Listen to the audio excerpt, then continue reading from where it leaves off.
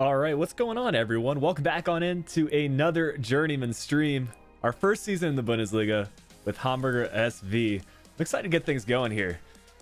Man, it's been a wild ride so far in this Journeyman Career Mode. We had season 1 with Inter Miami. We were able to win the MLS Cup as well as the US Open Cup. And then we inherited the Hamburg squad halfway through their season in the Schweizer Bundesliga. Managed to achieve promotion and win the league title, and now here we are in the Bundesliga. It's going to be a tough road ahead. What's going on, Santiago? Good to see you here again.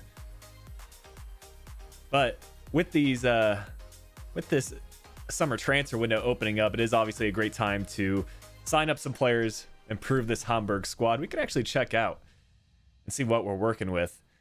I think the main objective for this summer transfer window would be for us to bring in a new striker. Terodde has been pretty good so far, but he is 33 years old, 73 rated. That's not going to cut it in the Bundesliga. All right, Dar, what's going on?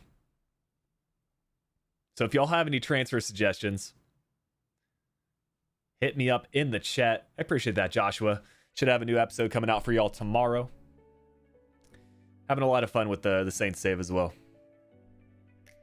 We are in the Bundesliga, correct. And we can check out the table here in a second, actually. I'm actually curious to see which teams are in the Bundesliga. Like who achieved promotion, who got relegated. But yeah, whole lot that we can cover in today's stream. We should have a couple of regens that we can scout out, maybe even sign up. But I think regardless, the main objective is to sign a new striker. As far as the budget's concerned, apparently we have 30 million. That might go up because usually once you advance forward a couple of days in the career mode, then you actually receive some more funds. So at least 30 million to work with, which is plenty to bring in a new striker. We actually have a few players shortlisted from last season. We were trying to bring in a ton of players, including, let's see if he's here still in the short list. I mean, Zertsky we were trying to bring in, but he rejected the loan move. We were also heavily interested in Wemenatuka. Stuttgart did get relegated. So maybe there's someone that we need to sign up some players from. We'll have to see. Would be an upgrade for us at the striker position. What's going on, Ruhan and Abdullah? João Pedro or Silas? Yeah, definitely two players that I am considering. But yeah, we'll of course keep on scouting out these players in the short list, finish up the reports on the players we don't yet have an evaluation of, and then hopefully add some new players as well. Because most of the main reason why we had most of those players in the short list was we were trying to bring in someone new on loan, but that just didn't work out for us.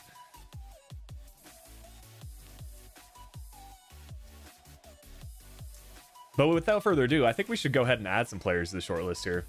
Origi's a good shout, to be fair. He's still 26 years old. He's actually made the move to Leipzig. Very interesting stuff. So I'm not sure he would move away from there. Depends on like how many strikers they have in their squad right now.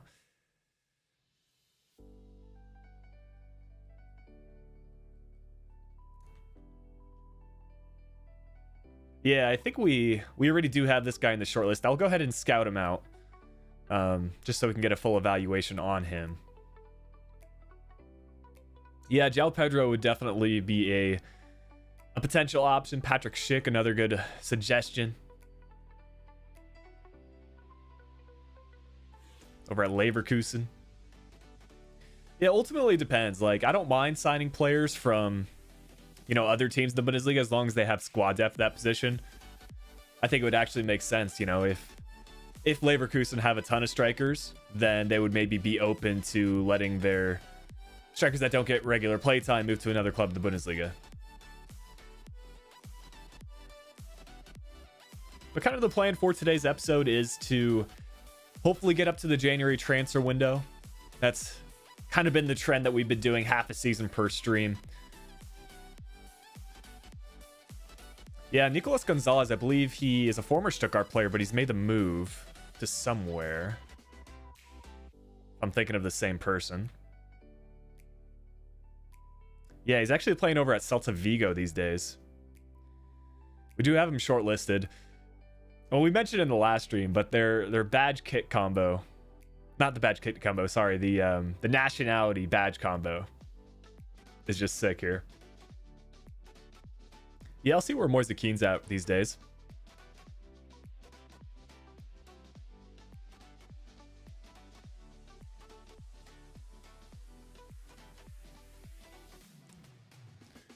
He's over at Frankfurt, apparently on loan as well. Quickly going to tweet out the stream.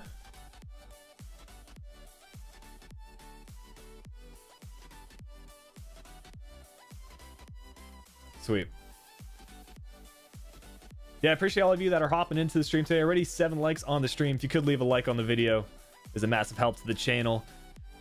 Yeah, let's get some more transfer suggestions going here. I should check the free agents tab now that we're talking about it. You can always find some good prospects here, especially for a newly promoted side like us.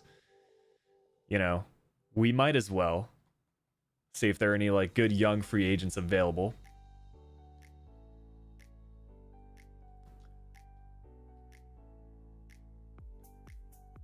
I mean, I could probably just limit this search to look for strikers. I'm not really looking to sign anyone else. So we'll just keep it at attackers for now. Victor Adebayo. I feel like this guy could have a decent overall. Do y'all know if he like plays for a club IRL and he just moved to the free agents tab? Because I feel like those stats are too good for a player to be on the free agents, but still get a full report here. This could also be another good player.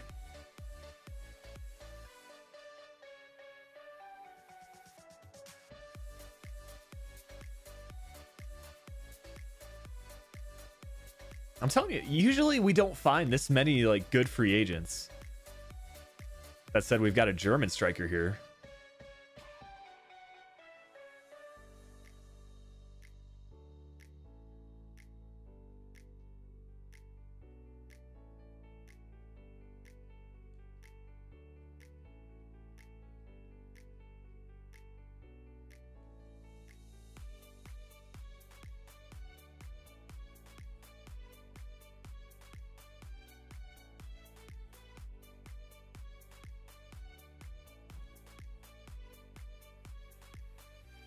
Well, I think we were able to scout out most of the players. Apparently our staff is busy, so we'll have to wait.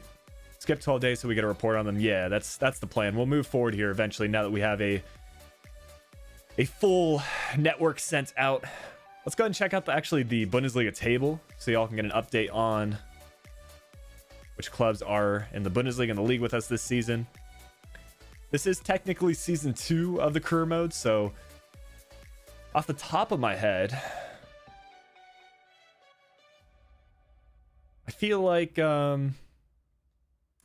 Freiburg might be a new club to the Bundesliga. Of course, we are as well. So I think it's us and Freiburg. But I do want to also add a couple of the regens to the transfer list. We can't scout them out yet, but I've got them saved on my phone.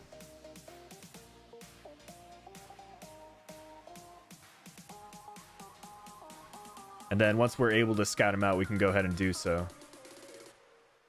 So apparently Hulk has a regen.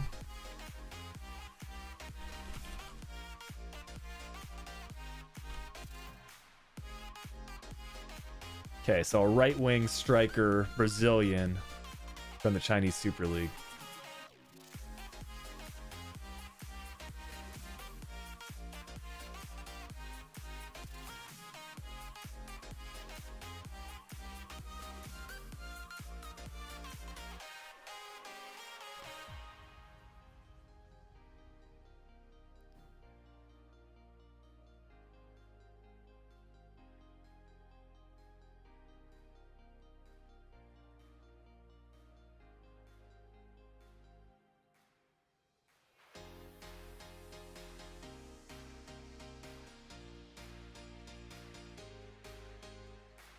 What about Zlatan's regen? Zlatan's actually still playing, so we won't be able to pick him up yet. Pepe is going to be the next player.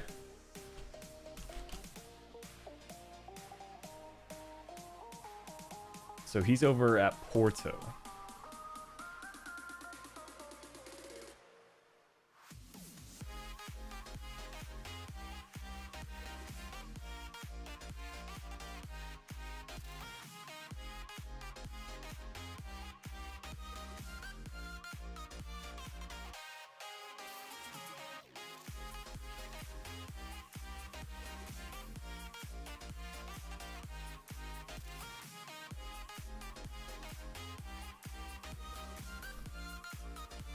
Jack asking, what are my thoughts on Crystal Palace?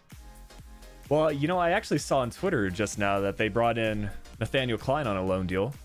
I'm not sure like what their right back situation is like these days since Wan-Bissaka left, but you'll have to let me know if that's a good addition.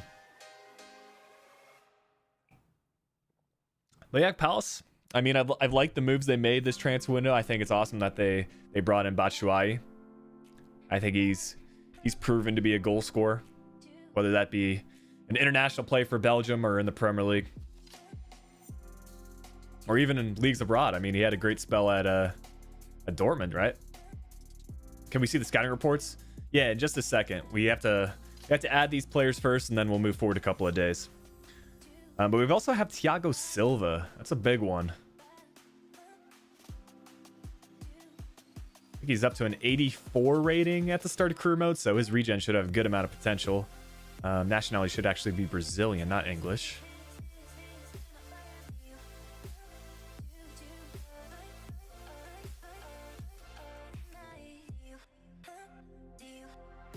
Okay, apparently no players available. Why is that? Maybe he's in the free agents. Yeah, he should be a center back in England. All right. Let's open up the search then. Well, there's this guy. I'm not sure.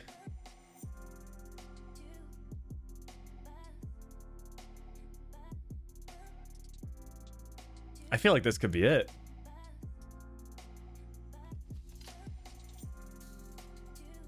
There's a couple of good Brazilian free agents available, guys. The thing about Thiago Silva is that he doesn't have a secondary position, so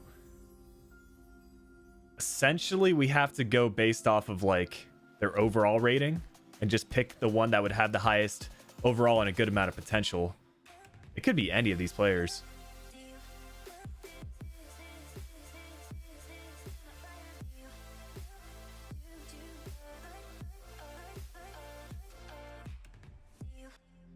So we got a little bit of researching to do.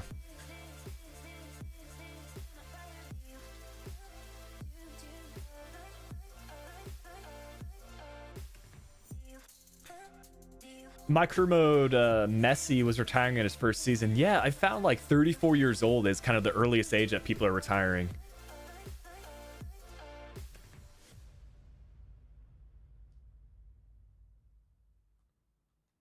So let's see. Based off of... Okay, so we got players in our shortlist. We're going to sort by age.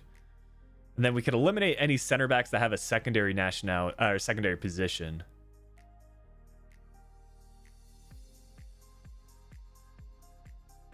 That doesn't appear to be the case for anyone. All right, so we'll need to scout them out to get a better report.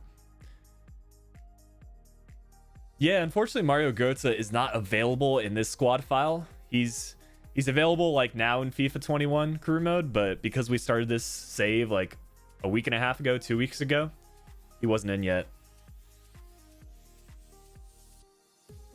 I did see on Twitter that Higuain's brother actually signed for Inter Miami, and he was like rumored to go there in our save. Like we were definitely considering that just to reunite them. I think what I'm actually going to do is sign up another scout. Just one of the cheaper ones available. We can go... Yeah, we'll go with the 3-star, 2-star. Is this the first live stream of this? No. So we did 3 live streams last week with Inter Miami. We've done one already on Monday with Hamburg, but this is our first season in the Bundesliga. So in that sense, it's like kind of the start of something new. But yeah, we usually live stream Monday, Wednesday, and Friday here on the channel with this Journeyman Career Mode, and I'm definitely open to doing some other stuff as well. So we actually have to like type in their name. I wish you could just send out your scout from this tab, because otherwise you need to go into the transfer tab again, search for players.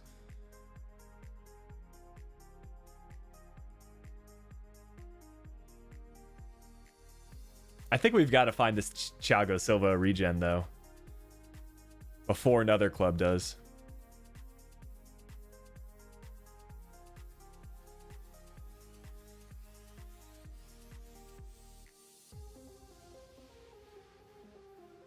Okay, so we've got a scout sent out. 27 days available. That is far from ideal.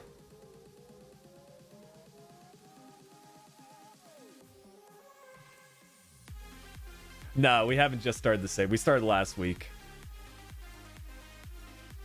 Man, what do y'all think we should do about this Thiago Silva situation? Like 27 days, he's going to get swooped up by another club. I almost feel like we should just go with the one that has the best stats.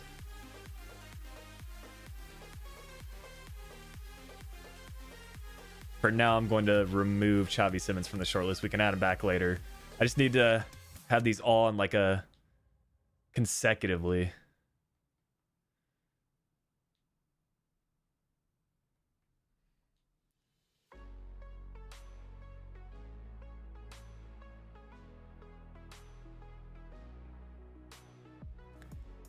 Philip Patir, we actually searched that already, but sometimes regens can actually go to the free agents tab. Like, I understand that they get randomly selected or assigned to a club in the same league, but if that's not the case, then they go to the free agents.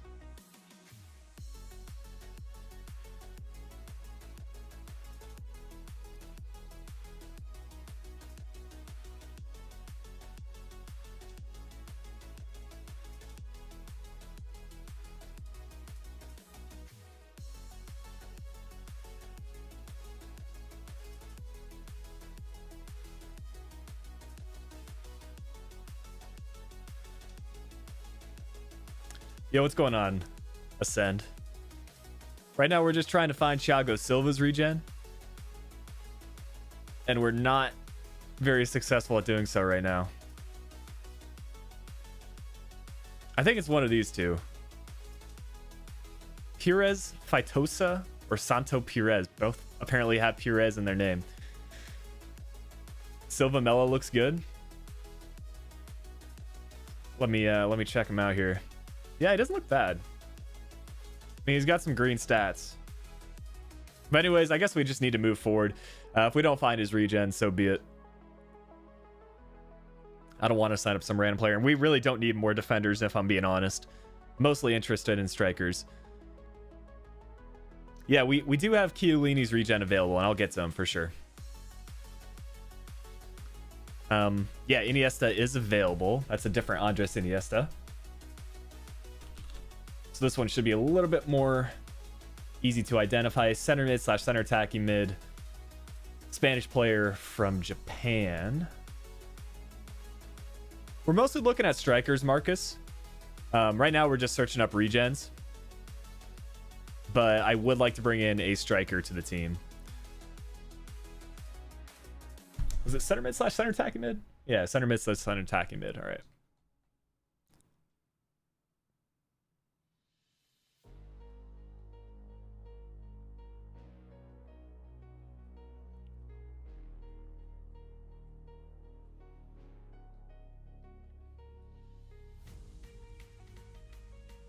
A lot of these guys are added to the free agents, I'm telling you.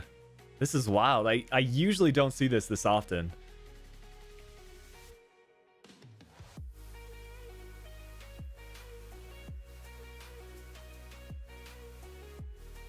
It's very interesting.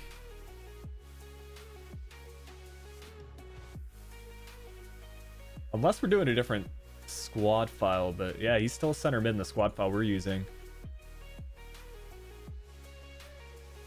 Well, all right. I guess we shortlist these guys as well. Our staff is busy. And apparently there's a ton of Spanish center mids available here.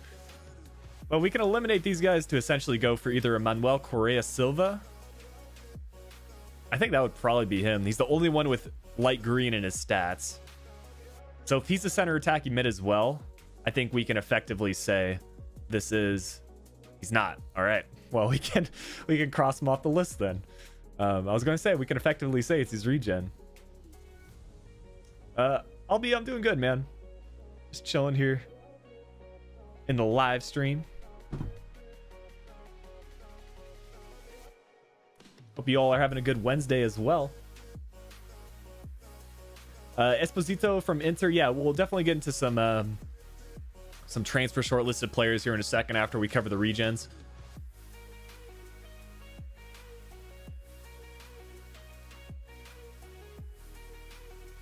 So we can take that guy off. Yeah, welcome back, Scott. Good to see you here again.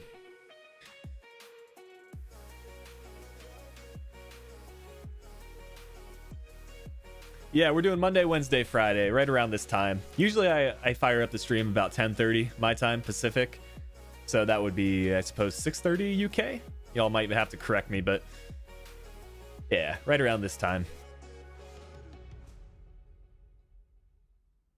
You know, this guy looks pretty decent as well. This might be NES's regen.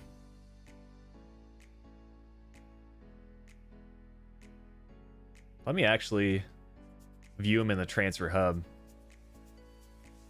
It's another center defensive mid, man. A lot of these are CM/CDMs. So if you guys don't know, with regens, they're going to match the positions exactly of the retired player. So for Iniesta, because he's a center mid/center attacking mid, we can cross off anyone that doesn't have those positions. So this guy, center mid, center attacking mid, center defense mid, it's not going to be him, so we can remove him from the short list. Same with this guy. And then hopefully, with the process of elimination, we can end up with just a center mid, center attacking mid, or maybe Iniesta's moved to a new league entirely, because I don't see any other Spanish center mids here. Okay, so I think it's this guy, 19 years old.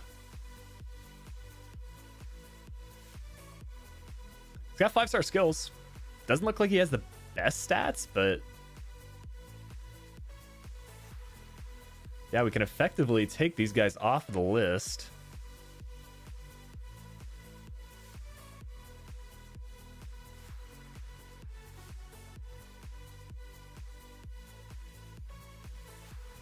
You know, Scott, I think there's something new in FIFA 21. You can actually approach regens directly, like the season that they're imported. I think that's a change for FIFA 21. Like I was making my regen tutorial video for this year, and yeah, you can just approach them straight away now. Like in the past, you've had to wait. It's a pretty massive change for Youth Academy stuff, if I'm being honest.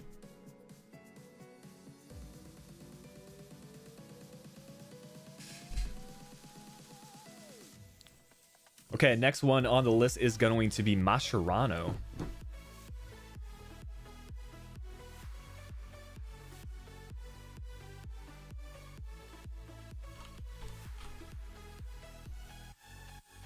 Center defensive mid/center mid/center back. So this should be pretty easy to identify.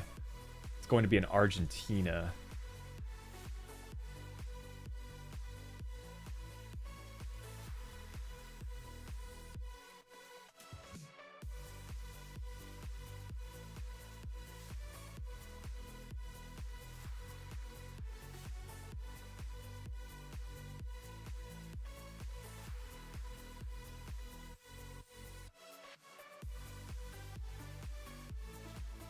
And again, we might not have a player here.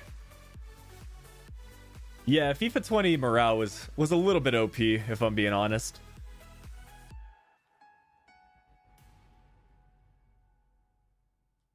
And there's too many free agents in this save. Usually I found like they, at least early on in the save, they're pretty often in the actual league that the retired player retired in, but you know, we move.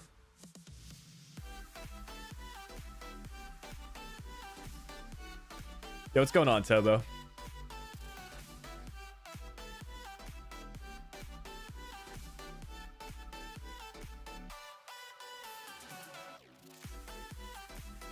Mascherano should have center back in his positions. Yeah, so this one should be pretty easy to identify. He's going to be a center defense mid, center back in that order, so should not be too hard to figure out who Mascherano's regen is. I'm just surprised there's so many free agents, man.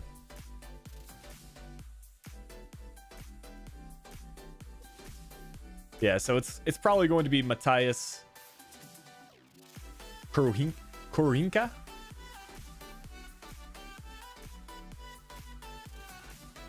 Actually, there's two. Yo, what is going on here? Matthias Marcone. Or Marcone. Could be him as well.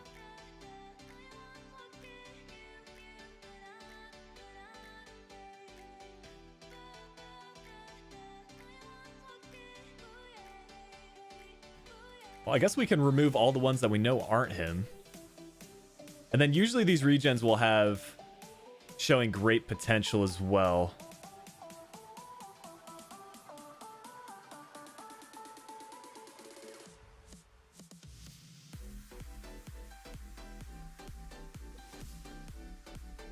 Don't think Mascherano plays CM, at least for the squad file I'm using. It's center, defensive mid, center back. And you can check this on like a lot of the career mode database websites. Like I'm using FIFA right now. You just type in the player and then the date that you use the squad file. And then it'll list all their secondary positions. You can also like make a save the season before and then find it out that way. But yeah, I'm hoping it's this Matthias Marcone. I like the name.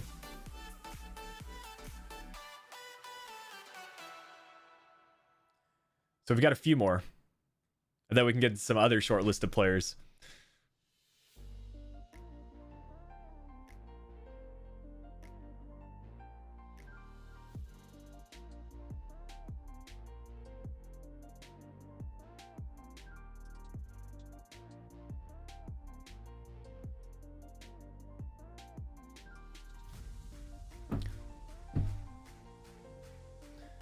All right, we got Chiellini next.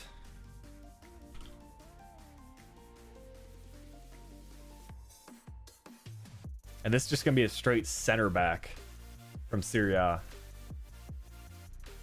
What's going on, Damon? Welcome on into the stream. If you're just joining, we are looking for some regens for season 2 of our career mode.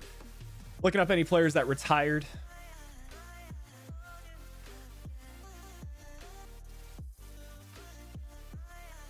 Then hopefully some of these regens will have good potential.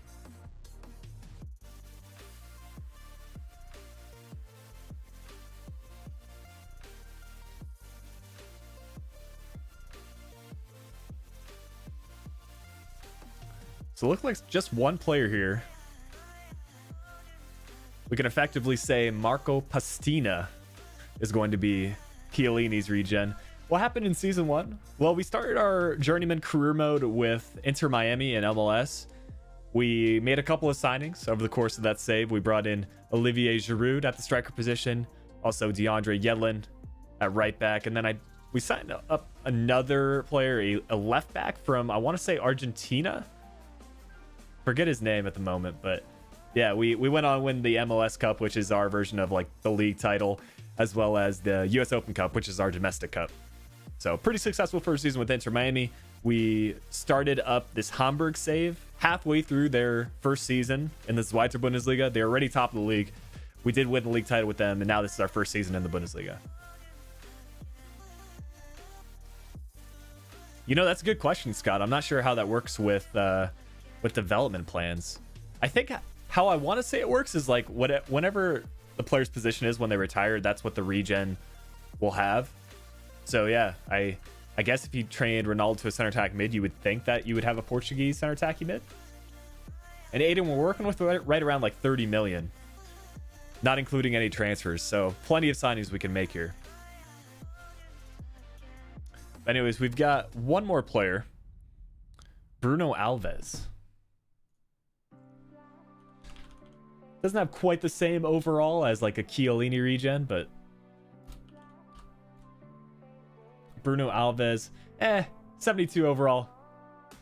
Probably won't go ahead and scout out his regen because it's only going to have 72 potential.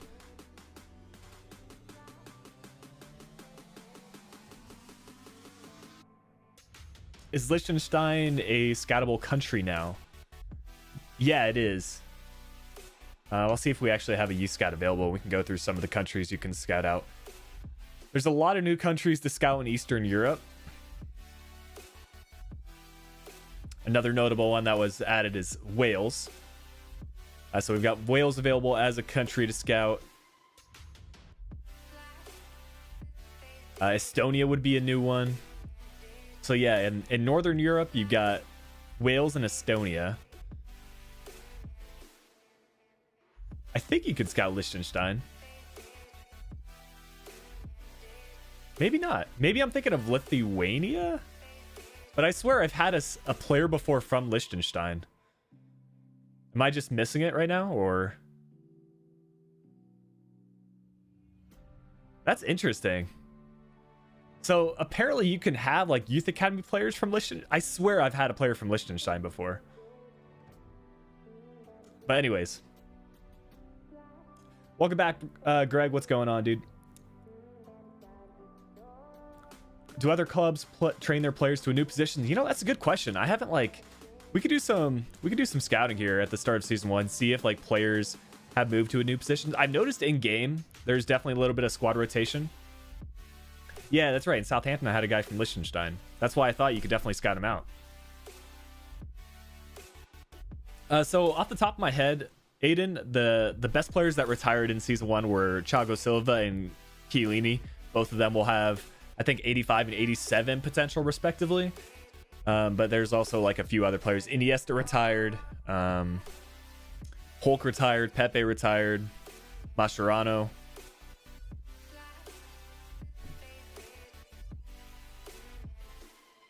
Okay, Marcus. Good to know. But yeah, I think we're pretty set up in terms of like the regens that we wanted to shortlist. We could move forward a couple of days, check out our transfer list, probably narrow things down a bit.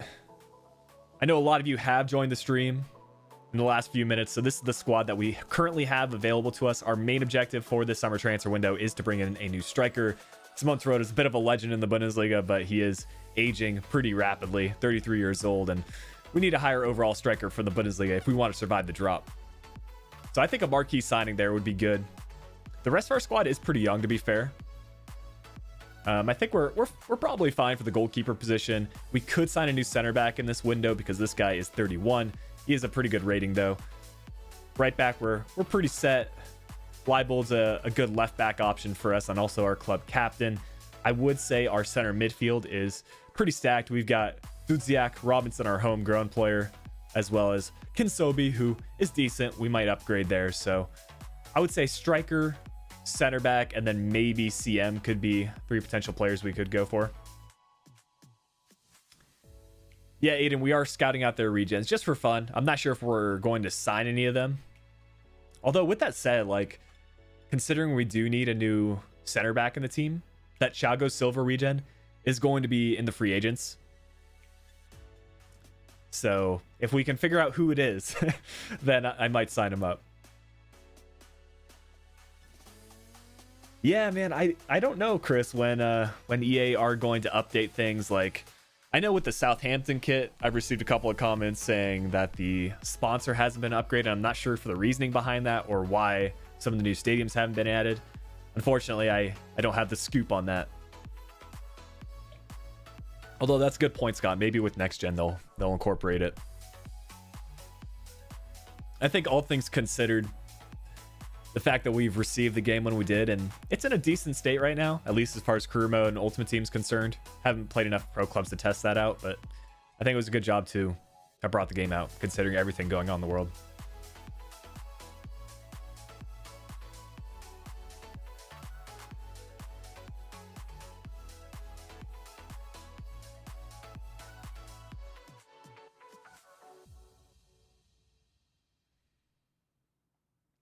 Okay, we might have a transfer budget increase. We already had 30 million to work with, while we apparently had a release clause met for Fernandez. Let's see who that is. I want to say that's our goalkeeper, actually. Yeah, that's our goalkeeper. I'm going to quickly go into the contracts and have him sign a new deal. Because that release clause is way too... It's $1 million less than his market value. So yeah, we'll delegate a renewal. He's currently on 9-10 grand a week. So we'll start this at like 15. Yeah, and there you go. Important 3-year, 15,500. No release clauses going on here. Isak would be in our price range. Yeah, I think we could definitely look towards kind of non-first string strikers from other Bundesliga clubs, or maybe like really high potential players from kind of leagues around Germany. I know a lot of players from Austria, Netherlands, Belgium even make the move. English players in recent years. So we could sign a young English striker.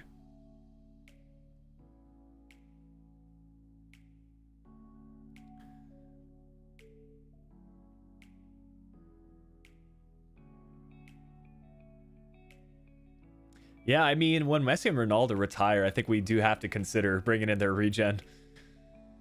Question is when that'll happen. We could take a look. Ronaldo's right around that age. I do feel like higher profile players, like ones with really high overalls, tend to play a bit longer. Like it was like season 4, season 5 when they retired in my like simulation video. With that said, Ronaldo is retiring this year. Okay. So season 3, we might be able to bring him in. Imagine if we accept an offer from a Portuguese team and then we sign Ronaldo's regen. That would be perfect. Or we could go to like an Italian team and maybe we get lucky and have their regen go there.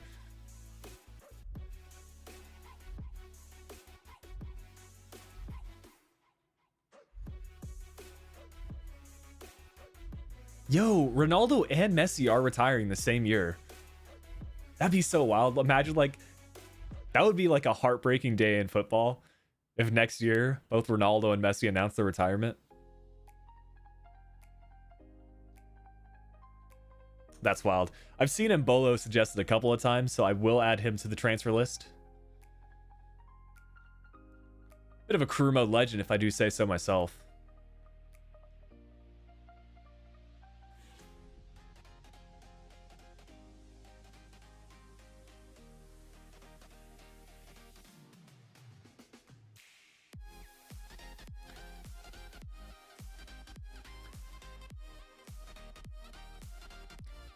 Hyder, if you can check the spelling on that, I can go ahead and search him up, but I was not seeing anybody. Yeah, but Kambi was only 30 years old, playing for Arsenal these days. Who does he actually play for? Last time I checked, he was in the Chinese Super League, and then before that, I think Villarreal. Yeah, he's playing in China these days. And he has since like FIFA 19, FIFA 18. That's wild. FIFA 16, he was playing for Villarreal. FIFA 7. Okay, so FIFA 17 was the last year he was at Villarreal when he was 25 years old. That's wild.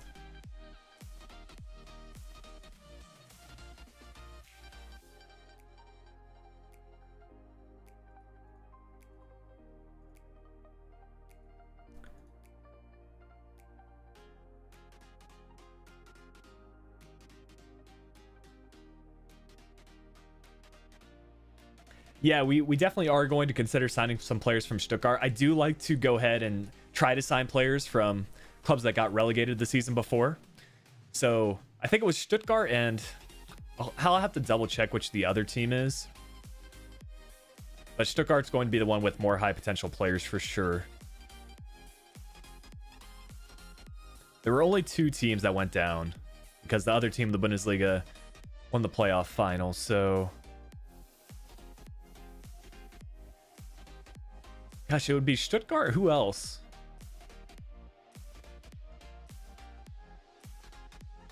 Bielefeld, maybe? I think like Bielefeld might be a Bundesliga team. Yeah.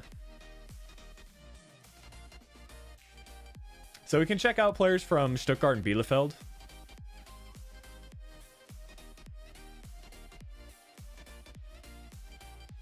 I know that Nicolas Gomez, really good striker, but he's actually made the move to Celta Vigo. So we won't be able to sign him from Stuttgart.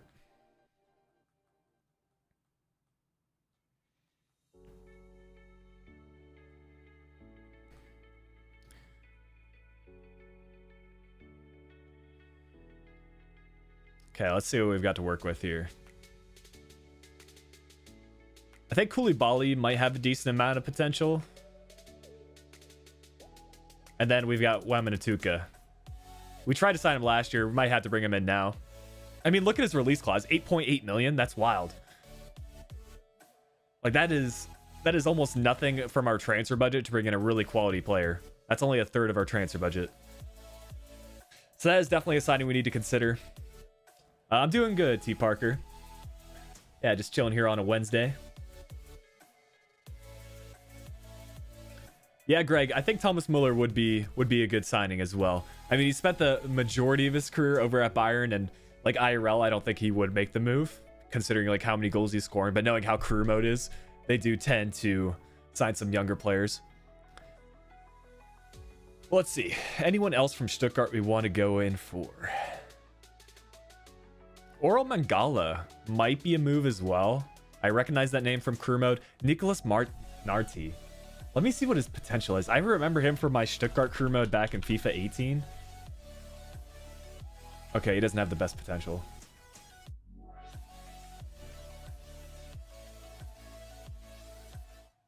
Mark Oliver Kemp should be a decent player. I feel like Mafia might have a good amount of potential. As far as goalkeepers are concerned, nothing really there. Let's quickly take a look at Bielefeld. If I'm being honest, I don't know many, if any, of their players. Looks like they have a fairly older squad. Yeah, no one really stands out from Bielefeld for me. So let's see what's going on with Thomas.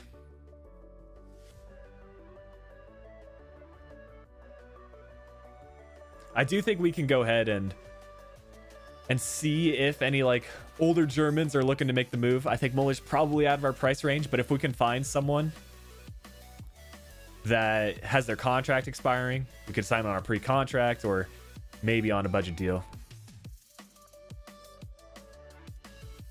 Right now I'm recording a Schalke career mode challenge kind of video, and I was hoping I could pick up Manuel Neuer on a pre-contract. I think that would be a wild transfer. I mean, I saw on Twitter the other day, it was like 10 years ago or something. Might have been over 10 years ago at this point, but Schalke had an amazing performance in the Champions League, mostly because Neuer was just making save after save.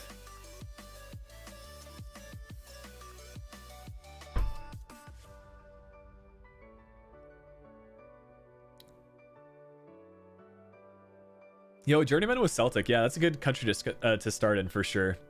There's some good high potential players in the Scottish League, actually.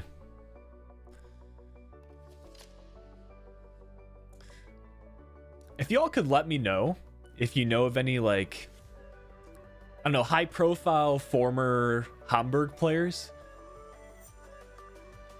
then we can maybe bring some players back. I can actually look this up on Transfermarkt. That's how I tend to do my research. You can, like, let's see, Transfermarkt, Hamburg record departures or something like that.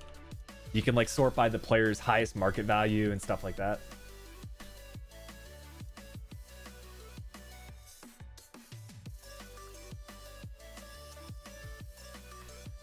Currently, Nigel de Jong was their most expensive departure back in 2008 to Manchester City.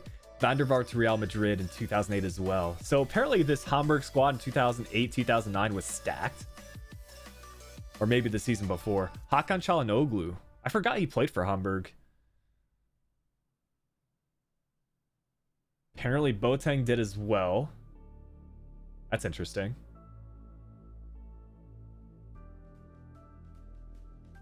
Heung-min Son, but he's probably above our market value. Elia might be a little too old at this point. Vincent Kompany. Before he was at Manchester City, he was playing at Hamburg. Interesting. Jonathan Tah. Philip Kostic to an extent, but not sure if he's the kind of player I want to bring in. And also Niko Kovac. I didn't expect to see him there as a player. Yeah, he left for Bayern Munich in 2001. Oh, this is the player, Waldschmidt. Let me add him really quick. Luca Waldschmidt. Let me quickly check the chat here.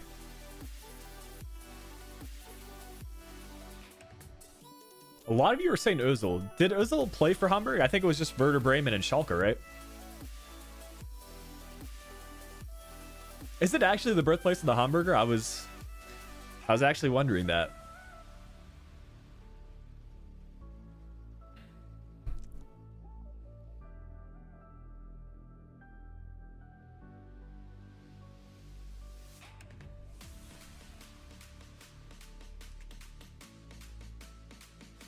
Philip Patir, I see your suggestion for Özil. Just try not to put the name too often. I'll go ahead and search him up though.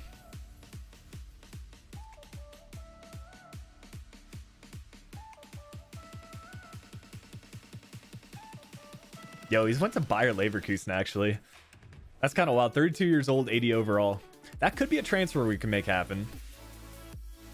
It's really the question of whether we want to bring him in.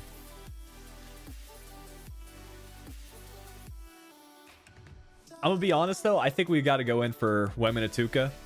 That release clause is next to nothing. It's just a good business deal.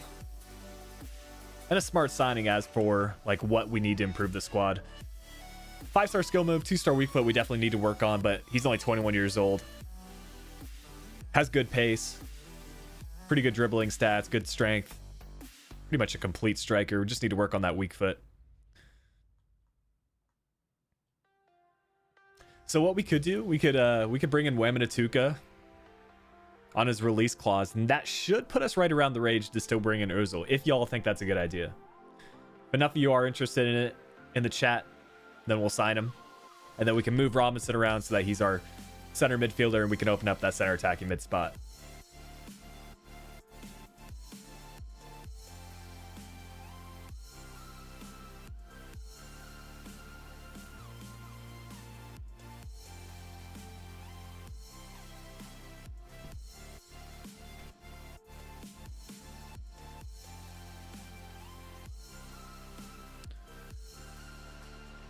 I feel like you'll accept an important first team role. Okay, crucial for Wemina Tuka. All right. I mean, that's probably what he's going to be, but I try to under promise and over deliver.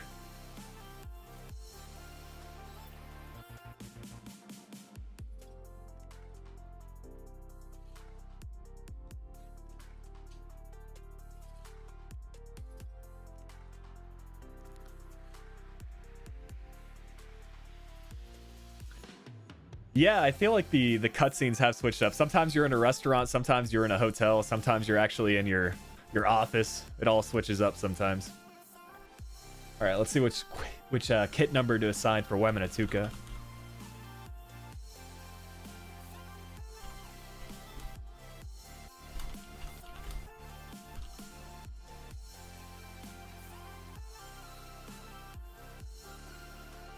So he actually played for Paris FC as well. That's pretty cool. Always a fan of that club. Really good for Road to Glories. So he's worn the number 33, the 28 for them, and then the number 14 for Stuttgart. So let's see if we can assign him the number 14 here.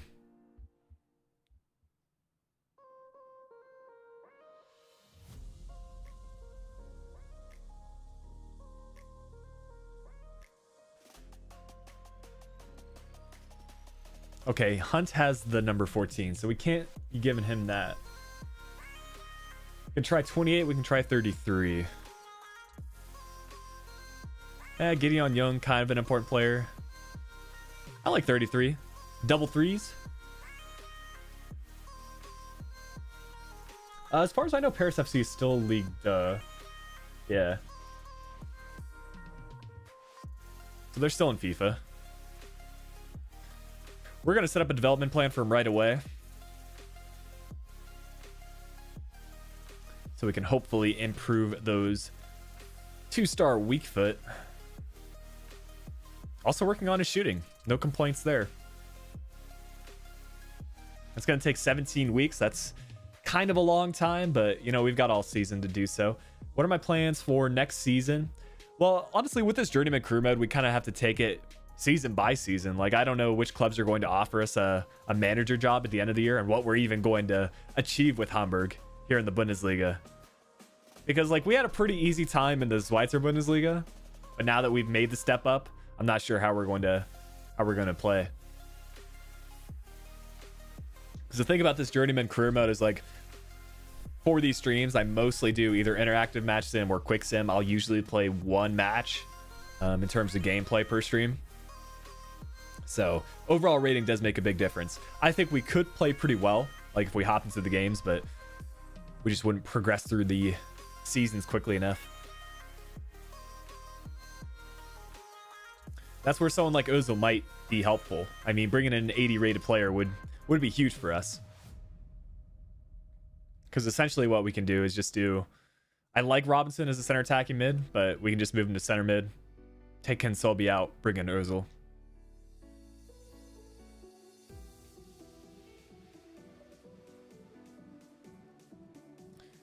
But Toronto will still have a place for us on the bench.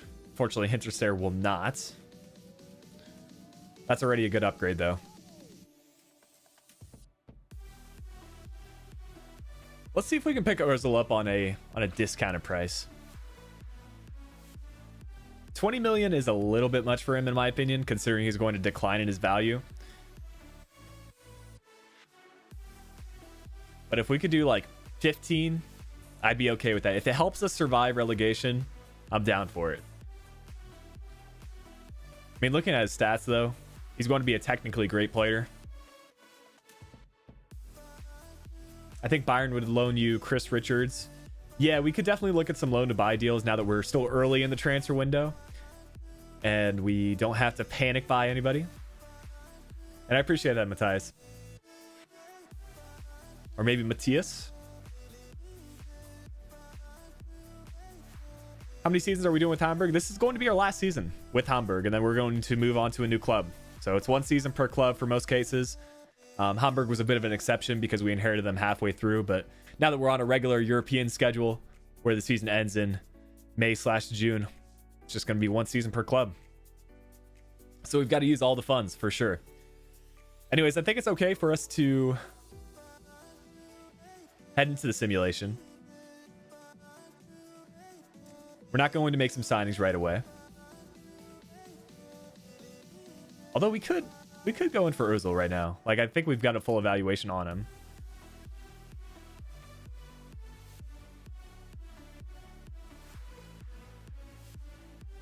Okay, so he recently joined, apparently.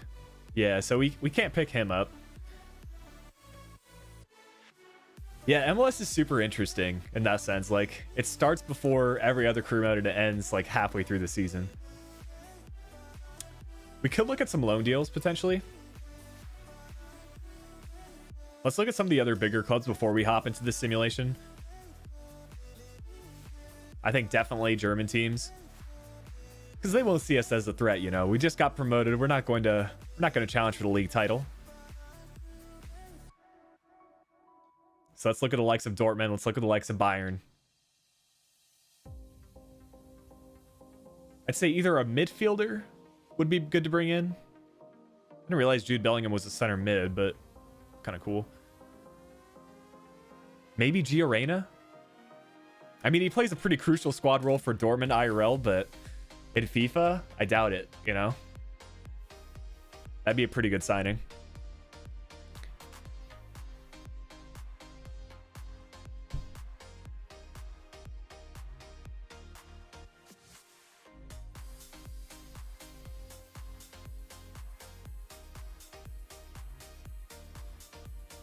We could complete the signing of Zertsky. With that said, I mean, we've got some striker depth. We have Hintersayer, we have Tarota, and we also have our new signing, Wemanatuka. Interesting. Eric Garcia's made the transfer there.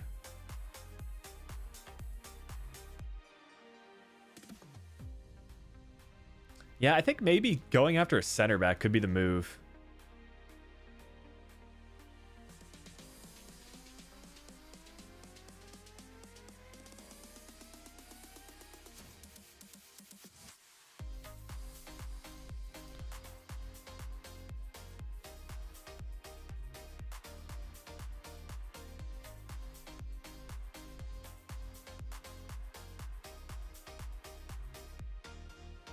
Pretty cool that Omar Rekik is in the Hertha Berlin Youth Academy.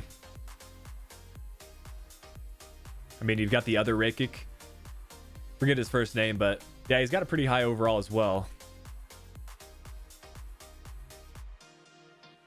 Regardless, I think it is time for the simulation then. We'll just do a quick sim for these preseason tournaments. I'm not too concerned about them. We get a draw against Stoke City. Classic match there. I mean, we have a fairly decent group. One that we should be able to advance out of, but...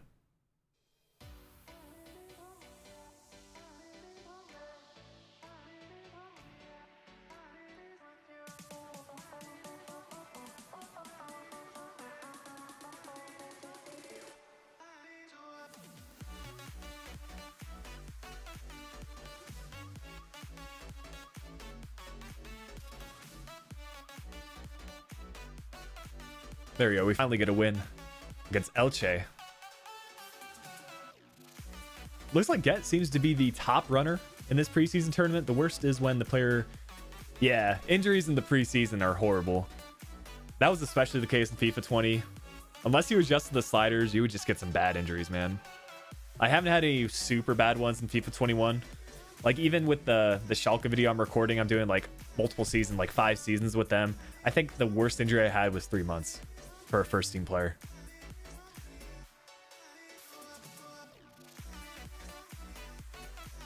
I think we've got to accept this, no? A 31-year-old center back. He's our best center back right now, but we could definitely sign someone new in this transfer window. We have 20 million left, and that's above his market value.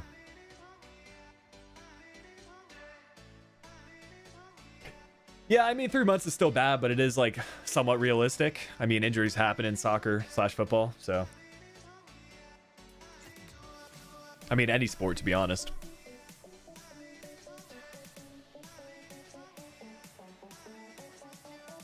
I'm going to accept this. Like, that's more than we'll ever receive for him.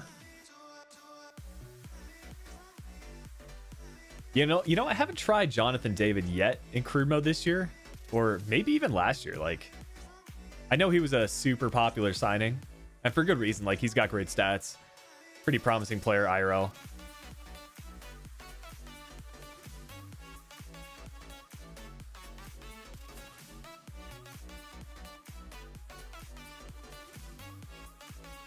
There's too many Jonathans, and there's too many Davids, man.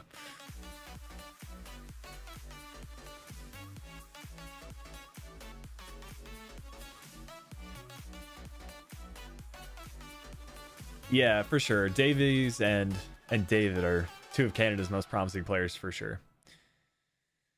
So let's see what our center back situation is like for the shortlist, because we need to make some signings here.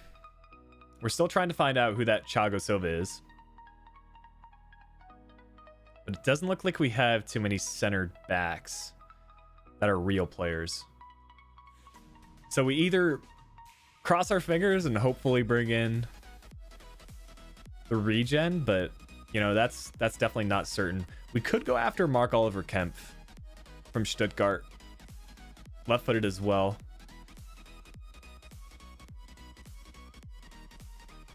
Or we could just approach for Chiellini's regen straight away. Suzanne, what's going on? Yeah, Jordan Hoytema. I've been watching their YouTube channel, actually. They've got some funny content. Because I know Davies might still have his own personal channel, but they've been doing, yeah, they've been doing, like, I guess, collaborations or couples videos. Which is always interesting, because, like, I know, it's interesting to, like, see into the life of, like, a footballer, so. I mean, they've got pretty interesting lives.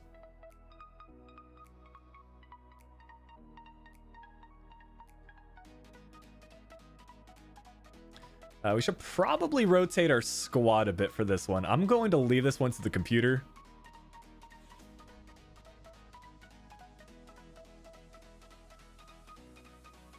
Hopefully they sort out the stamina issue, and we still get the win against first place of the group. Hint.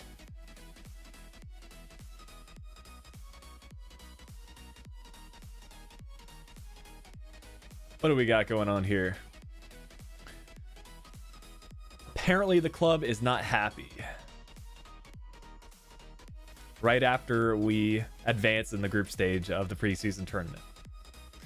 But there's no way I'm going to let Van Drongelen depart the club. Really like him as a center back, and hopefully will continue to grow in his overall.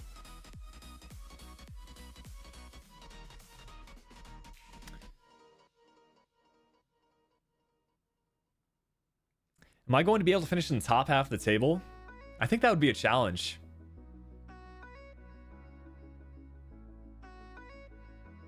If I'm being honest, like I think we're probably going to be lower mid-table. If we finish in the top half of the table, I would consider that to be an achievement. Right now we're in season 2 as far as like the game is concerned. It's the second club that we are managing for our journeyman.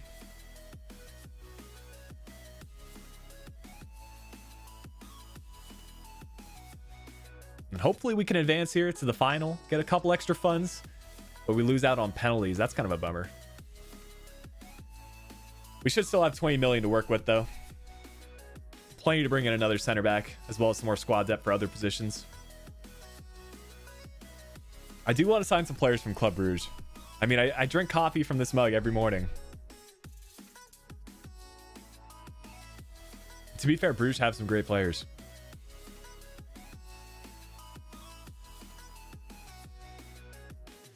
We were with Inter Miami before in MLS. Yeah, that was the logical choice for me, being an American, knowing a decent amount about MLS, and also realistic, you know. It's kind of the stepping stone for a lot of players to European football, so why not have it be the case for a manager? Although you could argue it was the same thing for managers like Patrick Vieira. I'm not sure who he's managing these days, but he started with NYCFC and all those icons of the game. Lampard, Pirlo, Villa. Might be missing some other players, but those are the ones that come to mind.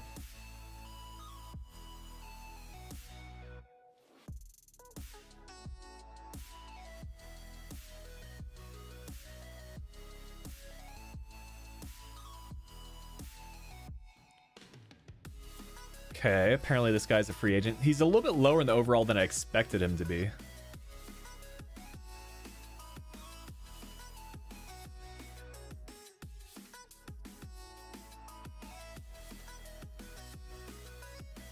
Yeah, Davies' catch-up speed is pretty ridiculous. I think you can see that in the matches that were played. It's definitely a good trait to have as a defender. And I think he said himself, like, he still needs to work on his, you know, his positioning.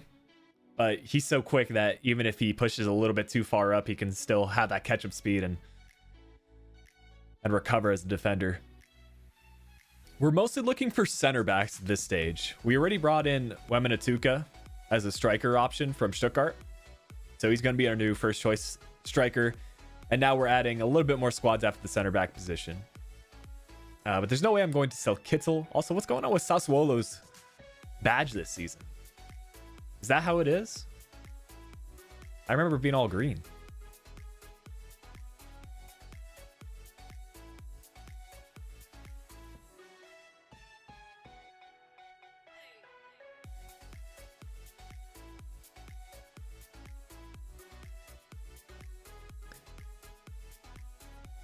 I mean, that's not a bad offer for our left midfielder, but for squad depth, we'll keep him. Unless we need funds, I think we're good. But now it's like the moment of truth. As we start getting more reports back, we'll have to see if any of those free agents have been signed by other clubs. As all of these ones came through with the final scouting report.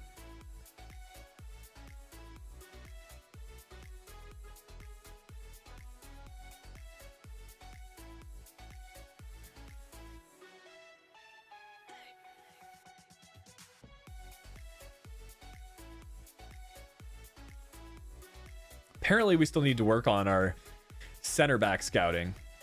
Also, we finally got a report back on Bruno Viana. This is who Inter Miami decided to sign the season after I left because we brought our homegrown player with us. So I think we paid like 10 million for him, and they signed a 20 million player. But I guess we have a few days left for this Thiago Silva regen. Although I'd be completely fine with a Chiellini regen. Like, he's going to have a really high potential. The thing about regens is that they are a little bit randomized in terms of where their overall starts at, but the potential is set. So best case scenario, you have a high potential, high overall player.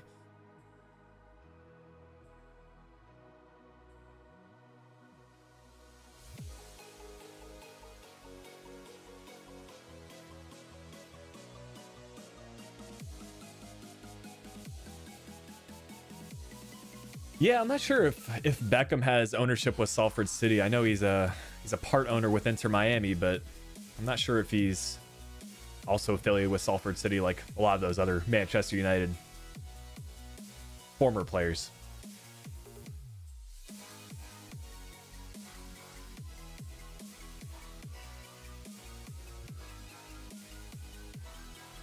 If I'm being honest, I forgot we had this player. Looks pretty decent for squad rotation.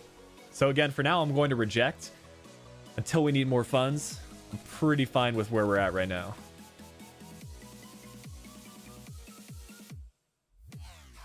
Yeah, I know with NYCFC, they actually play at the same baseball stadium and football stadium.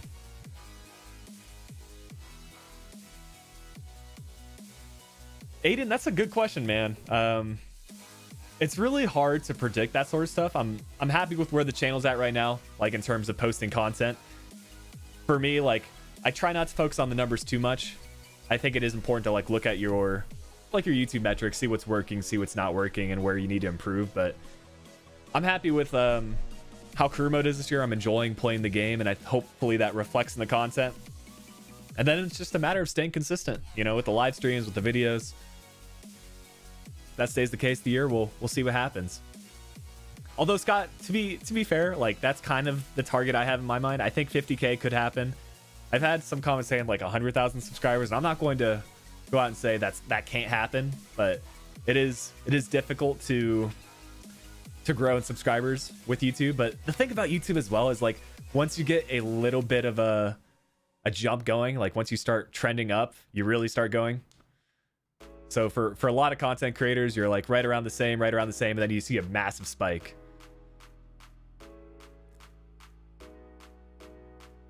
Ultimately, if you're having fun making the content, whatever happens, happens.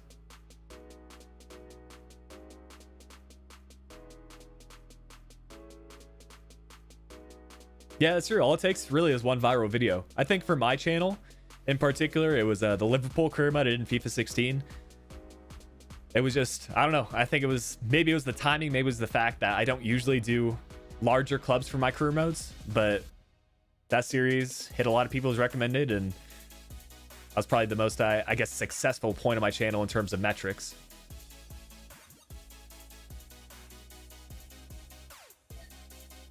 Anyways, we can finally start thinking about which of these center backs is Thiago Silva's regen. I think this guy could be it. 67 overall is not bad.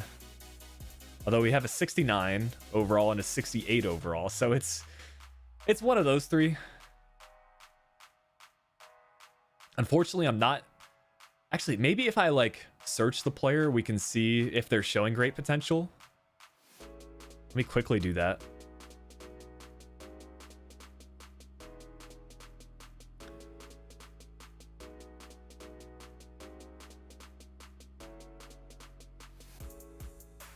Okay, so just looking for a new club. Yeah, I mean, at this point, I would be fine with just saying, you know, whichever of the center backs we like the most, we'll go ahead and sign, because at this point, any of them could be Thiago Silva's regen.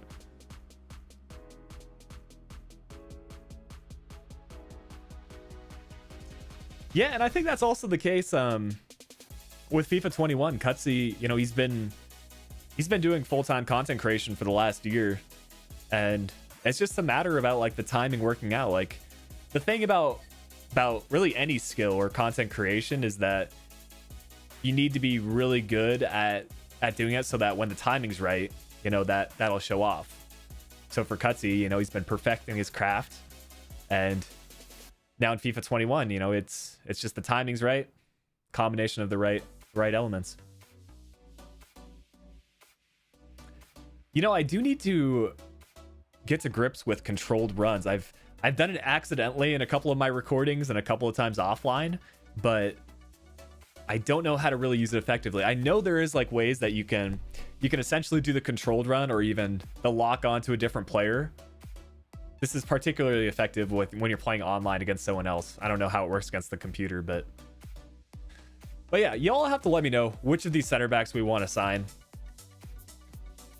I've got to narrow down to 3 players. Really, any of them could be Thiago Silva's region at this point. We've got Perez, Feitosa, Santos Pires, and Silva Melo. 6'1" medium high, 5'11" high, 6'1" low medium. Take a look at their stats. They're all pretty gifted in terms of their physical attributes. I would say Pires Feitosa is not quite as good.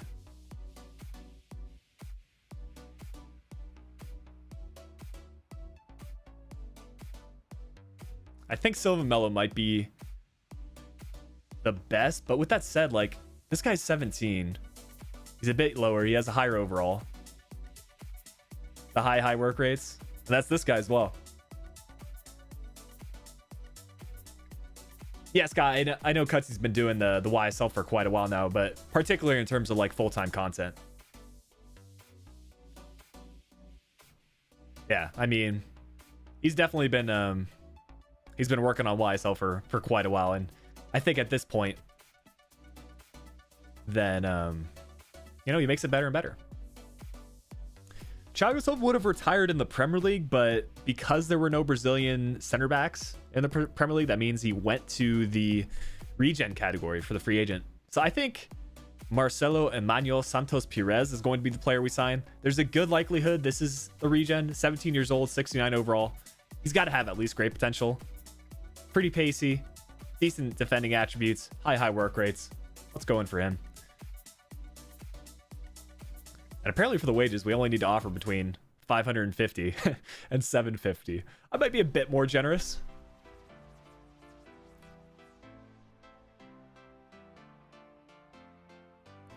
And here we are in the restaurant again.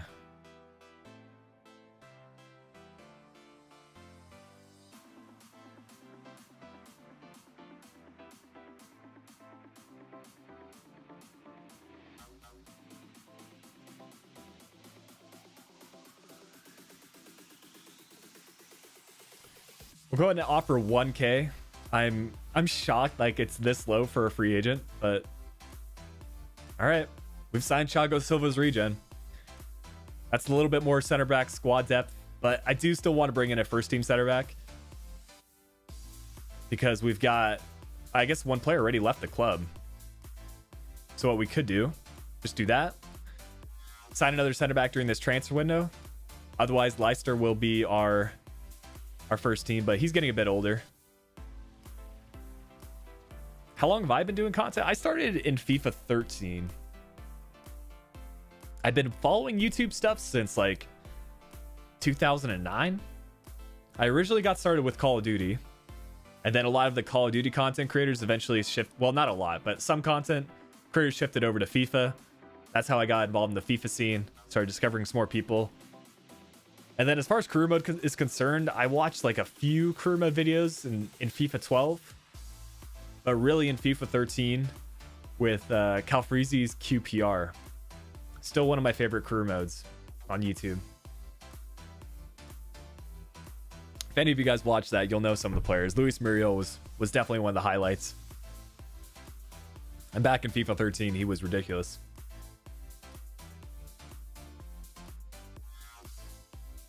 I'll go ahead and search up Chris Richards.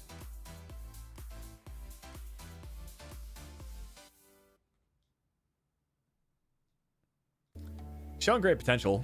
So I'm guessing probably upper 60s, lower 70s.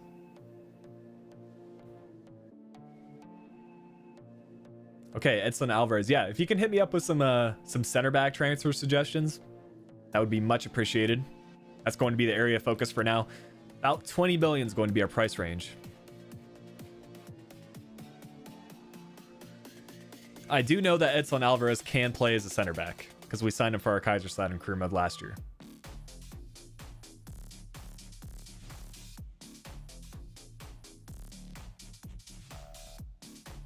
Yaya Banana. What a name. I'll have to look that up.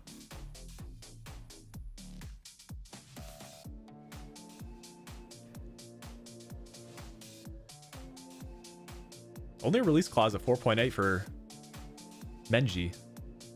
Or is it Mengi? Probably Mengi.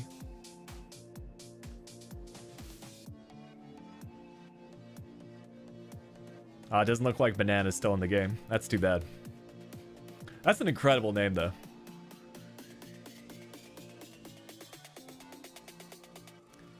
How many clubs are we going to do for this Journeyman? I'm guessing like 5 or 6, honestly. It really depends like how quickly we progress. I definitely want to do a career mode in all of the top 5 leagues.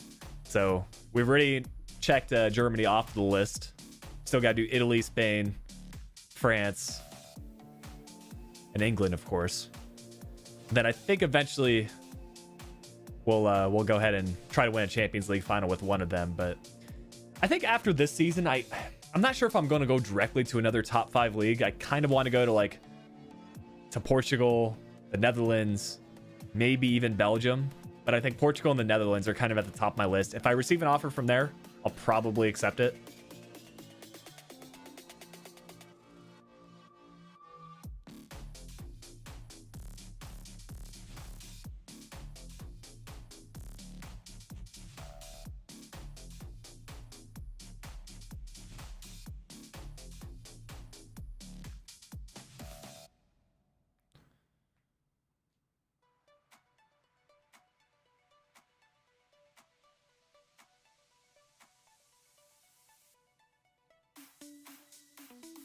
We do still have Mark Oliver Kemp available as a player in the short list.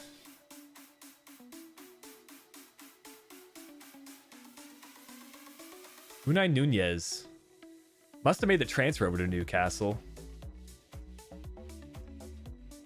Gabriel from Arsenal. Yeah, I think realistically, like any players that haven't been super successful in the Premier League, maybe they've transferred there recently, that you could see them making a move out.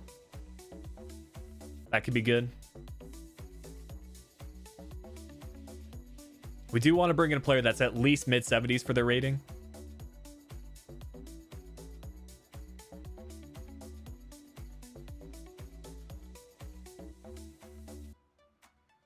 Ooh, a Kanji from Dortmund. Yeah, Dortmund have so many center backs that I think they would be willing to part ways with at least one of them. You know, that's really tough to say as far as Champions League is concerned. That gets started in a couple of weeks. I want to say about 2 weeks from now, right?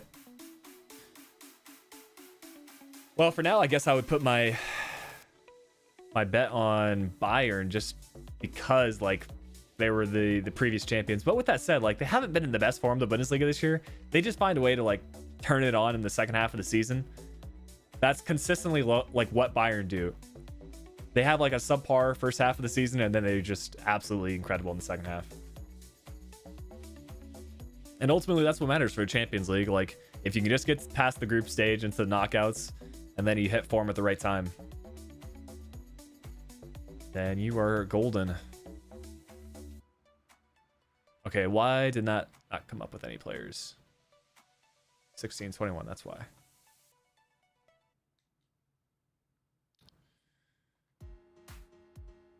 Okay, so 26-year-old center back Kanji. They still have Hummels. They brought in Romagnoli. Yeah, so right now it's like they have Piszczek, who, I mean, could be a good center back signing, but he's played so long at Dortmund, I'm not sure he would make the move. So they have 4 center backs right now. 5, sorry. Actually, only 4. So 1, 2, 3, 5. Yeah, that's right. So yeah, maybe a Kanji could be a good move. Contract expiring in 11 months. We'll scout him. Yeah, Piszczek would probably decline. We are on strict transfers, so.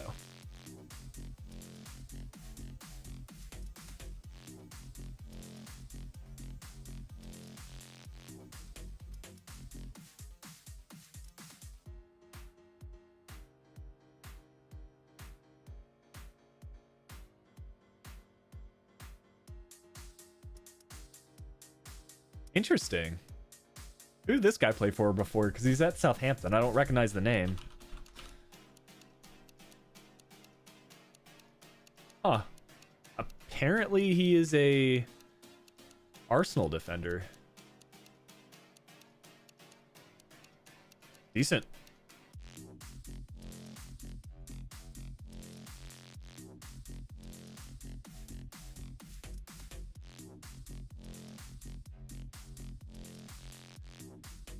Oh yeah, the May bump. That sounds so familiar. Is that like the bump that they had in their potential? Like from showing great potential to, I don't know, exciting prospect. I remember that terminology, but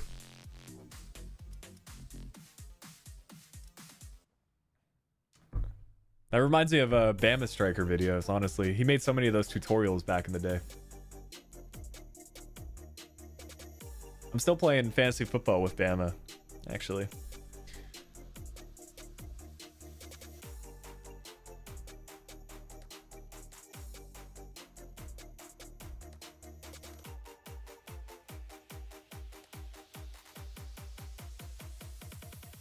Okay, so the Youth Academy players would get a bump in their overall. All right.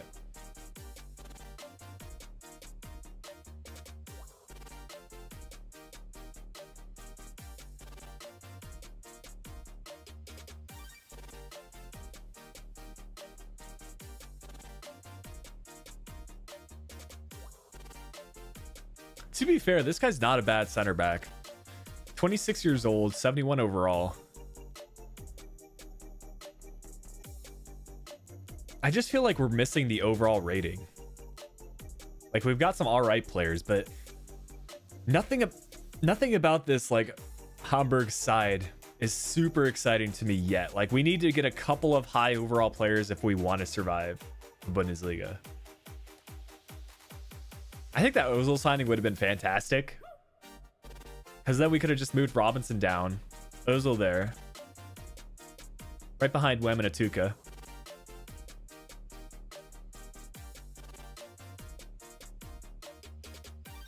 We just need some more marquee players in this Hamburg side.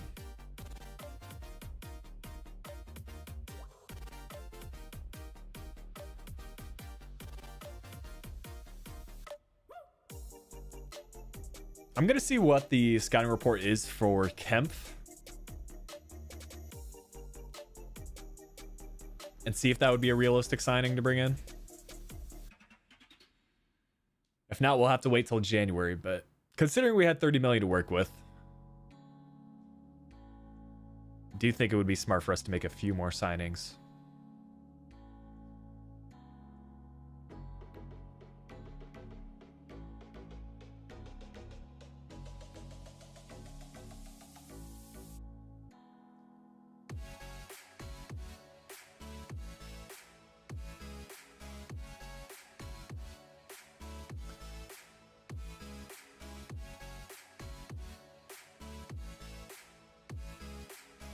We've got to narrow down this short list eventually. There's too many players here right now.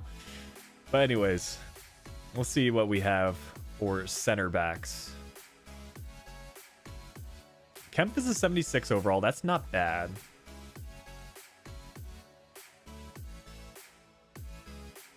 And then really all our other players we don't have a full report back on yet. FIFA scouting tips. Huh. Yeah, I know there's a couple of like career mode channels that, you know, started by posting to Twitter and Instagram, and now they're making YouTube content. But oh, Robin Koch, that's a good shout from Leeds, right? Used to be a Sandhausen player, I want to say. Did we just raid Stuttgart and sign all their players?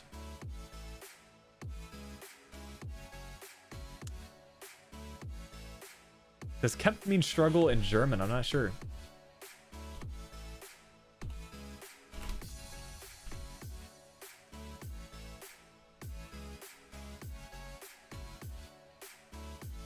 Apparently Kemp means fight.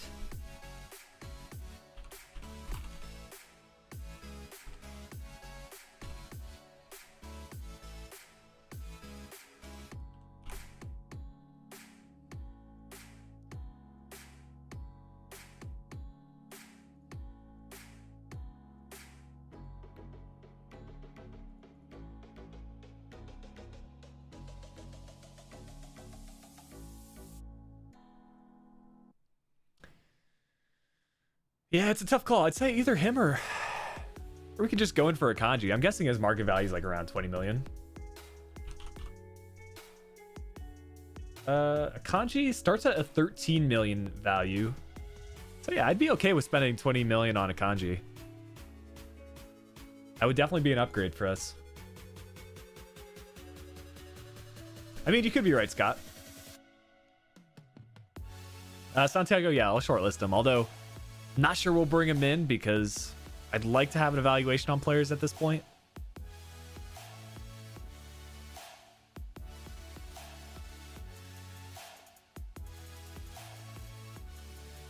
Cesar Montes. Not... Oh, there he is. I know he's got some good potential. I've seen him on FIFA before.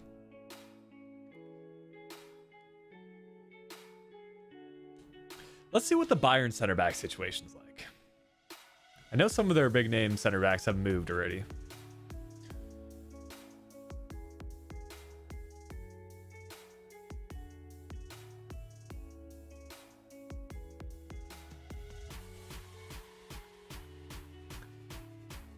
Okay. Apparently they signed Joel Matip. So I don't see Bayern letting any of their center backs go. So we can count that out.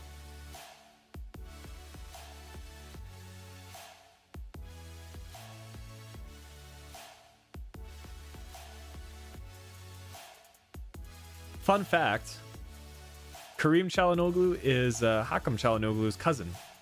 Recently found that out.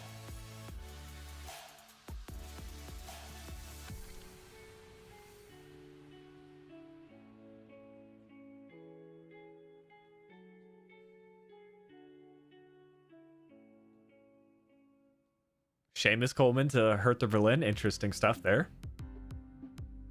Yo, Mbabu, maybe? Yeah, Mbabu's probably right. That's an interesting transfer from him. He used to play for Young Boys, right?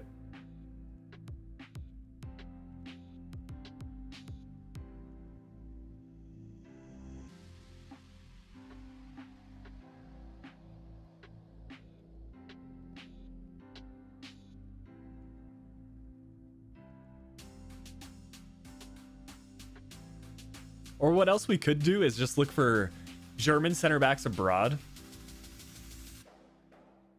Specifically older German center backs. See if we can sign any like veterans of the Bundesliga. That's kind of what I did in the Kaiserslautern career mode when we added Sven Bender. He was playing for Newcastle at the time.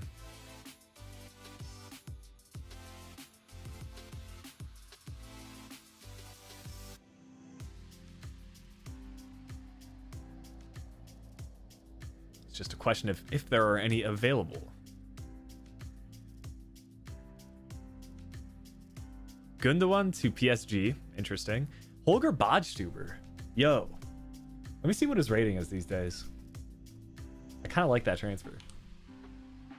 Unfortunately, he's only a 71/72 potential, so probably won't go after him.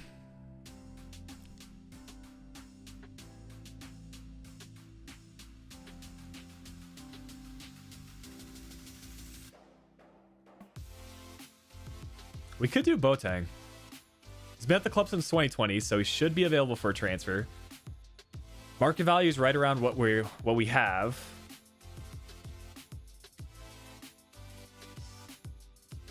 Quickly check out Spain.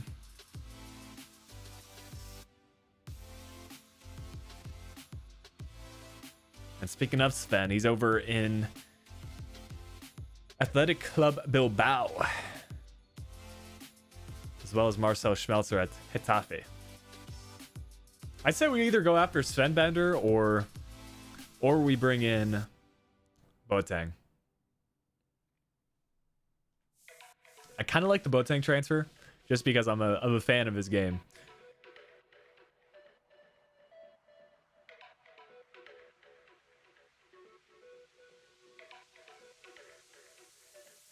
I don't know if I should do a road to glory with Sunderland. Yeah, why not, you know? Take a couple of seasons, get back to the Premier League, but definitely reasonable within... I'd say you could do it in 3 years. This market value seems a bit off, though. 25.8 to 34.6.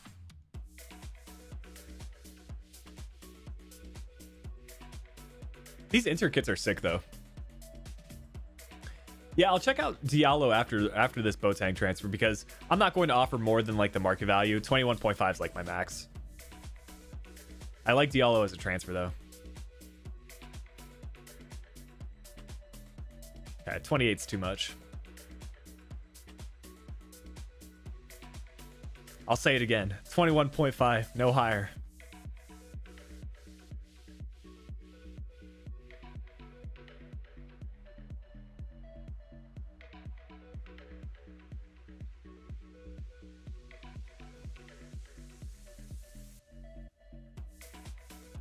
Philip Patier, we're just looking to sign up a center back right now. Not sure when you left, but we brought in Wemba Tuka. We're about to begin our Bundesliga campaign, and right now we're trying to find a center back as a first team player.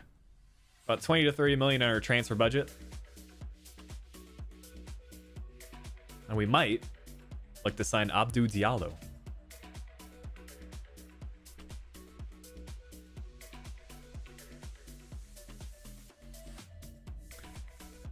$78 to 82 potential.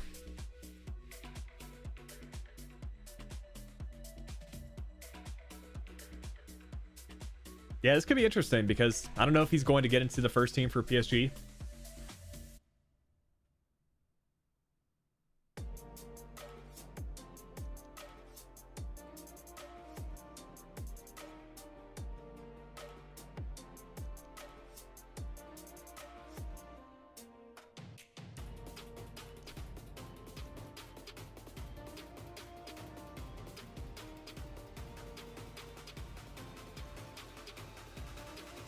Let me see what his market value is actually at the start. Okay, so he's 12 million to start off with. Probably can go 15 to 20. That'd be all right.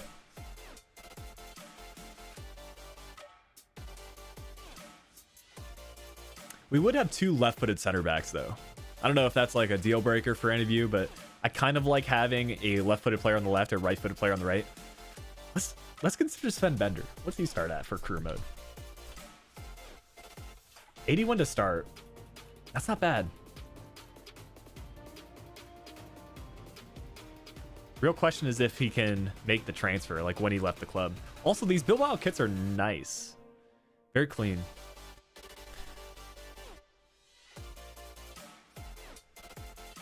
I don't know. There's just something about like bringing in an experienced center back that just sits right with me.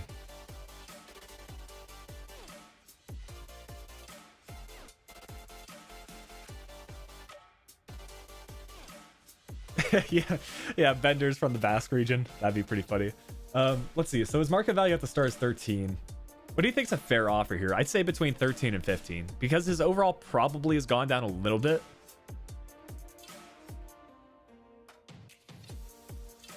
I'd say 13 I'd be all right with spending because we can still make more signings in January.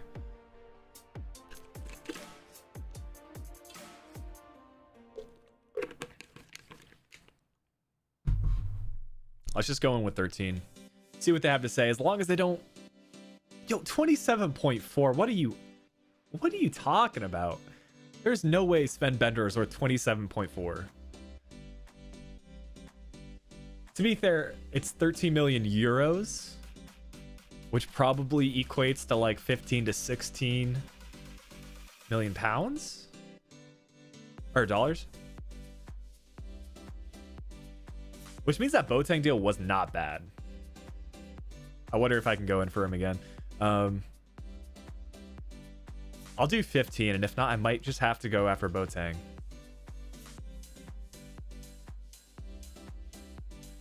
All right, this isn't working. I might have to go after Boateng then. No actions available, so we can sign him up later. If that's the case, 28's not bad for him. It's still a lot, but an 81 rated center back will do us a lot of good. Piper's a great player with 80 potential. Yeah, I'll see what he starts out at. That's the question, because we need someone that's at least mid-70s. Fabian Schär is actually a shout, yeah. Okay, he's actually from Bielefeld. Must have overlooked him then.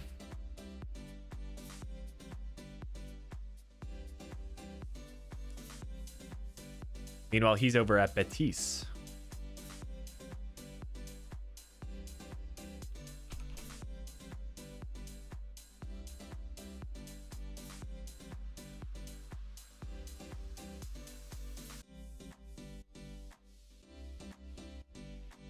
Okay, so he recently joined. We can't sign him.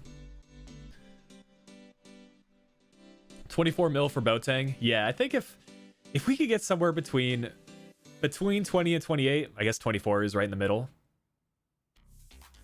All right, so I guess Boateng will be our transfer target for later on. We can play this Bundesliga opener against Mainz. I'll go ahead and go into the interactive match sim, and then we can consider some more transfers.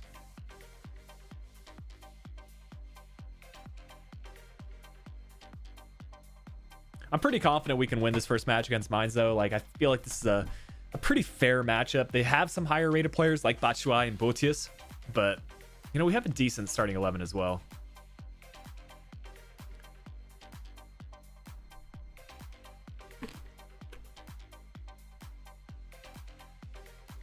Also, which kits are Mainz using? I've never seen them in a yellow kit before, or I guess more of a gold kit, but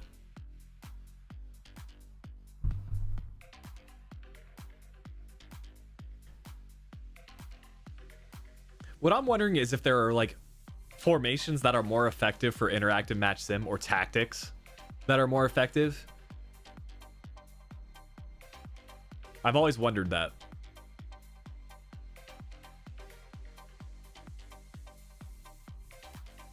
Yeah, as far as wingers are concerned, as we get off to a 1-0 deficit, courtesy of a Michy Batshuayi goal. If we go down by another goal, I'll probably just jump to the end of the result, because clearly we'll need to make some improvements to our defense then. But yeah, as far as wingers are concerned, I like wingers that are versatile, like ones that have good defensive work rates. High is kind of like been my go-to in terms of career mode. All right, this is not going to plan. Could have gone down 2-0, but this was our expectations for this season. We knew it was going to be difficult here in the Bundesliga. As long as we don't get relegated, I'll consider that mission accomplished. I'm not sure if other clubs will agree as far as managerial offers are concerned, but we'll see. I just think it's wild. Like, you can go from, you know, coasting your way in the Zweite Bundesliga to struggling. I guess that's the ways of the promotion relegation system.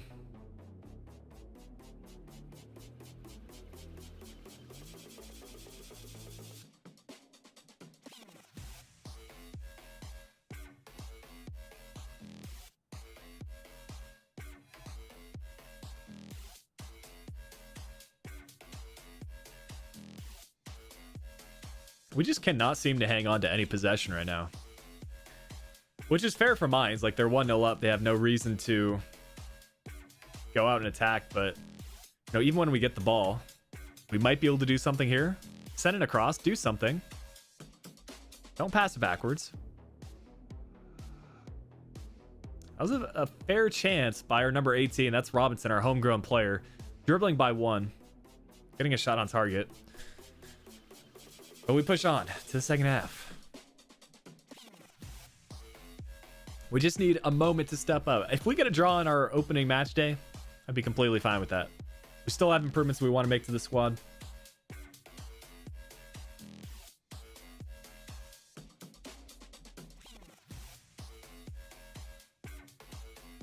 Here we go. Good ball play through to number 33. It's our new signing, Wamanatunga.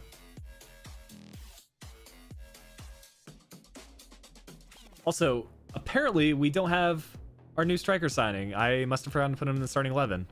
That's my bad. I think we might have rested him for a match due to stamina, but we still get the equalizer. No, he's there. His name is Wamanatunga Silas in game. Interesting. Let's make some tactical changes here at the halfway point.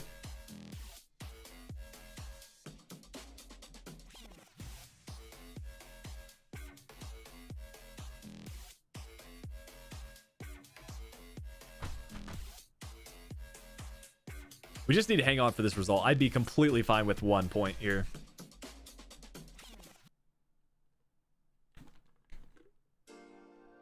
What are my thoughts on Barcelona? These days, I haven't followed what's been going on with them.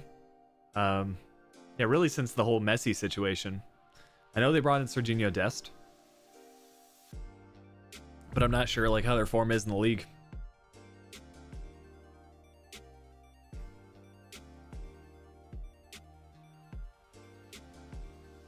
It's really been a tale of two halves for us here, because I feel like we're starting to get more possession going. Mines aren't hanging on to quite as much of the ball. If we could just get one more solid attack here and get the late winner. They are in rebuild mode. Yeah, that's fair. I mean, you think of a lot of Barcelona superstars are not getting any younger.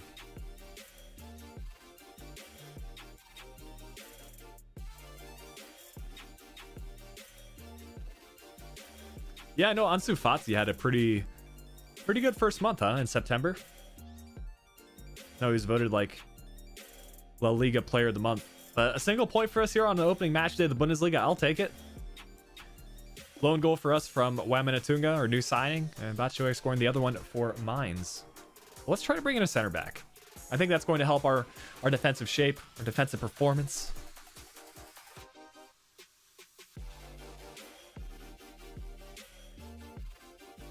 And what does Hinterseer have to say? I'll think about it, man.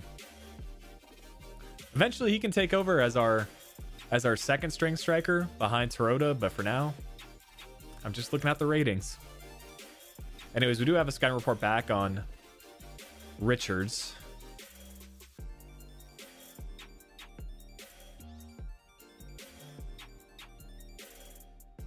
Might have passed over him, but okay, we did.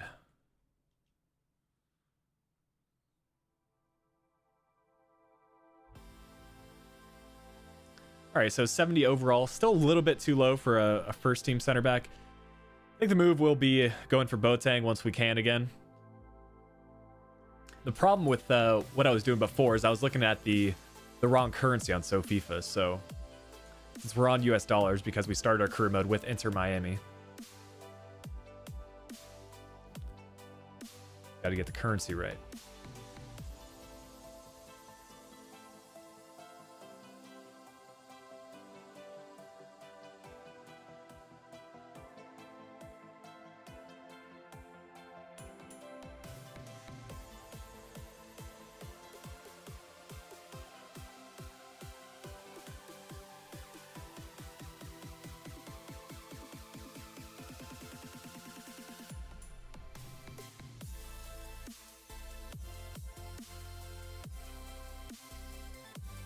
Oh man, interest in Kemp as well.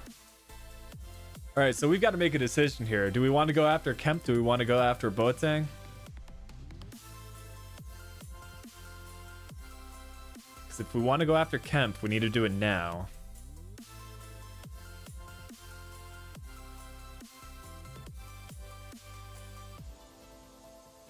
I'm wondering when this resets. I feel like it's usually about a week.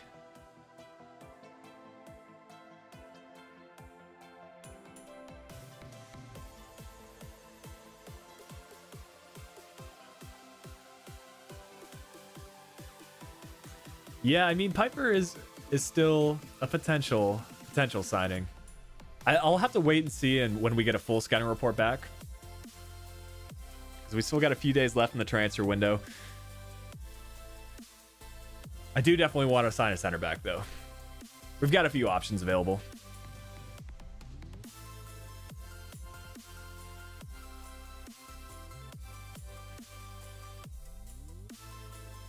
I'll see if we have a full evaluation on Paul Dummett. I feel like he's been suggested a couple of times in this career mode that I wouldn't have been surprised if we had an evaluation, but we don't. So I'll add him to the scouting report for you, but not sure we can sign him by the end of this transfer window.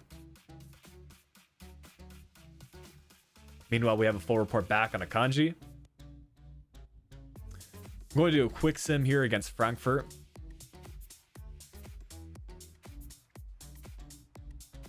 We lose this one 3-1. Adeyemi finally getting on the score sheet.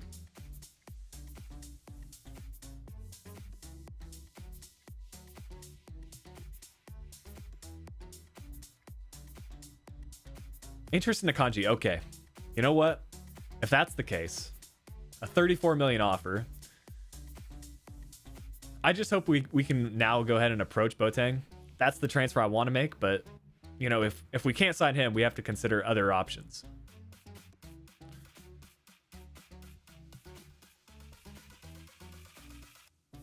All right, let's try this again with Inter.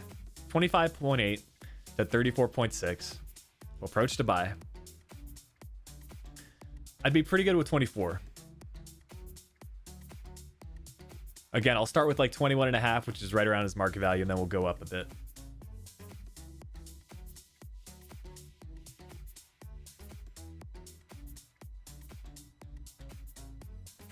All right, so that's why you start low and not in the middle, because now they've offered less than I originally planned on offering. We'll accept that.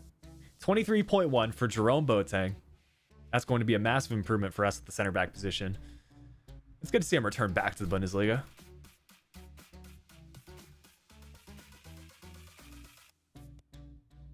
Now for the wages. I'm wondering what we'll have to offer him. For a player like Boateng, I'm guessing he's going to want a good amount for his wages. Currently, our highest wages are 20k for Wamanatuka.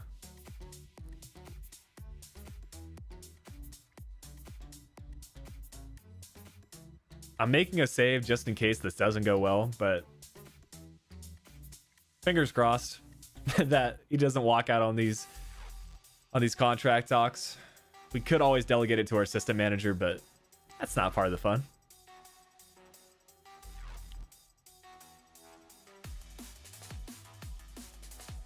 All right, crucial first team. Oh, he's on 110 grand a week right now. I'm thinking like 50k. 1 year deal. Okay, 2 years. Come on, Jerome. I just offer some wages so I don't need to make up the number. All right, he's wants 72. That's a lot, but I think we got to make this happen. You know, we're in the Bundesliga now. We need to make some big signings if we want to stay up.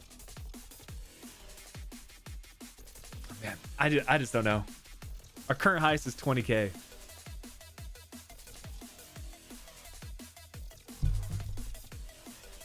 I just feel like that's one thing about wages is that like you can't really go down from what they originally offered.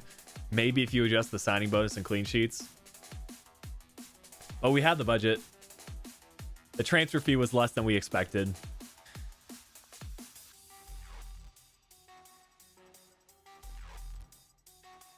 That's a big hit to our transfer budget, but hopefully it pays off at the end of the season.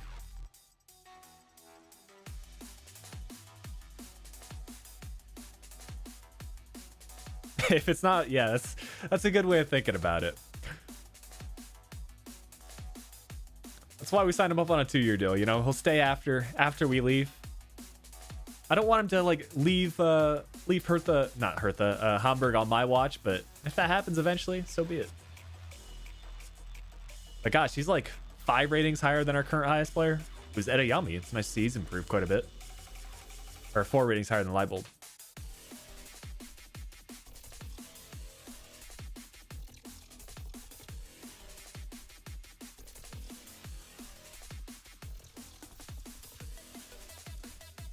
But yeah, I think that's pretty much all the signings I want to make for right now.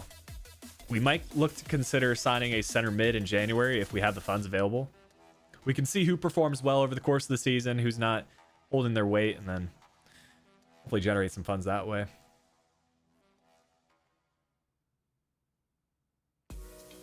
Meanwhile, we've got Bayern in the league next. Tough start to our Bundesliga campaign. But a bit of a rematch for Boateng.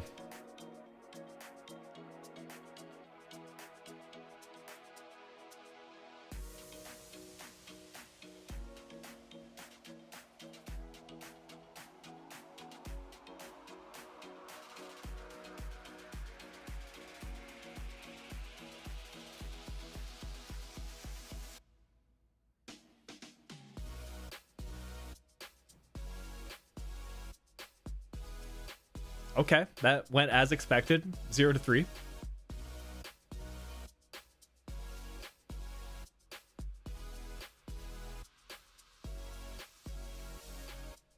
Am I going to do a full season each episode? No, we're going to go half a season. So the plan is to go up till January for this stream. And then we'll complete our first season with Hamburg on Friday.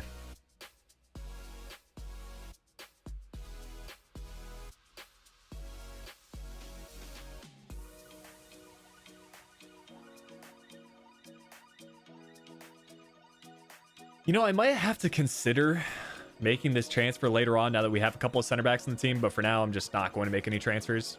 No reason to. We're not going to make any signings.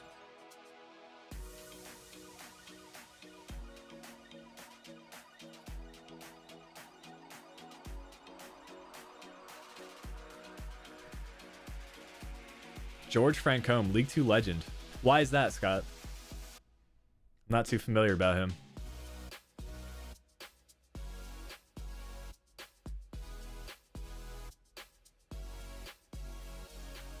Yo, apparently Manchester United are bringing in Zertsky for 6.5 million.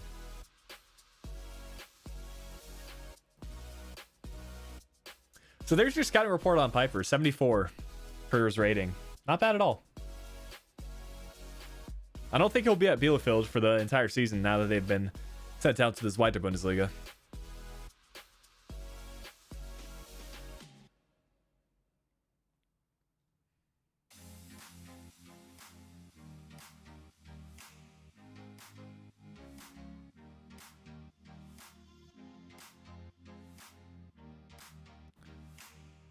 I kind of wish that these messages didn't show up as much. Like, I understand that morale is somewhat unhappy, but I feel like you get these messages bi-weekly if you're not consistently playing the matches.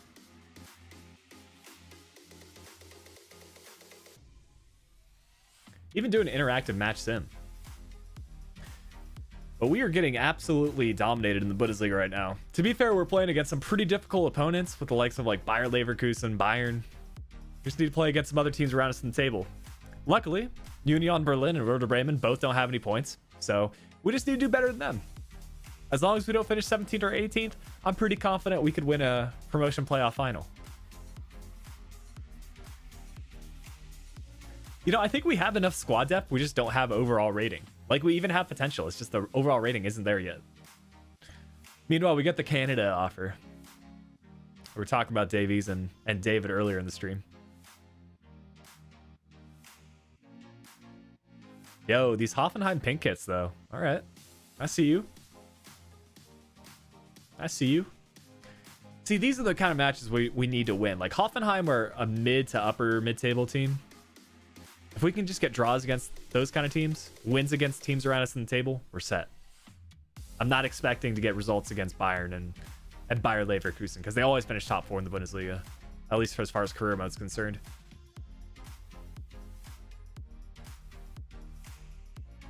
And then now we have Leipzig, man. It's like, it's one team after another.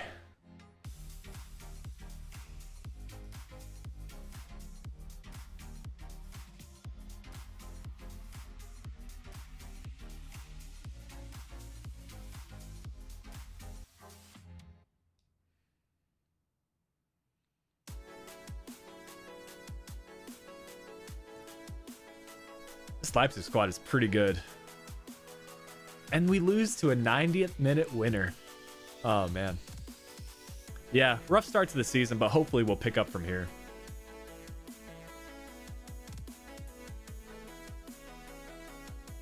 See, Werder Bremen, that's going to be a big match for us. Need to get a win against them. So it looks like Union Berlin are having a tough time, so they'll probably stay bottom. It's going to be a fight between us and Werder Bremen.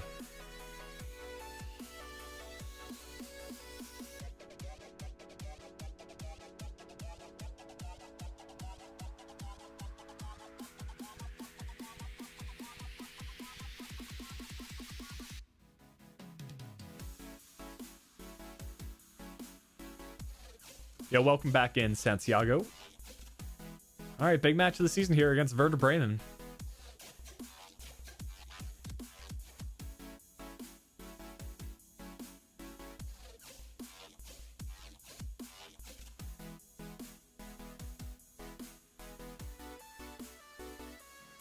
Who do we have unavailable for this match? I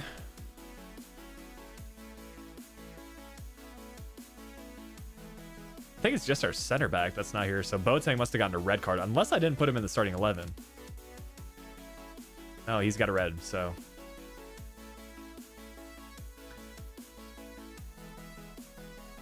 Yeah, it'll be interesting to see how it plays out, honestly. No Josh Sargent in the starting 11 for them either. Come on, we got this. We got this. And we lose 2-1 from another late winner for the opposition. That might cost us towards the end of the season. Either that or we have a really good second half of the Bundesliga campaign, but that's a big oof.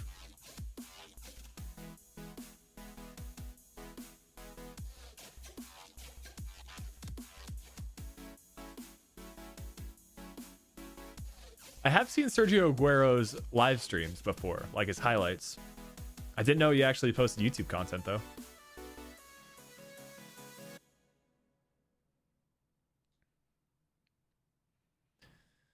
On the bright side, we should have a lot of mid-table teams to play against here for these last couple of months. I think really the only other top team we haven't played against is Dortmund. We've had Leipzig, we've had Bayern, we've had Leverkusen.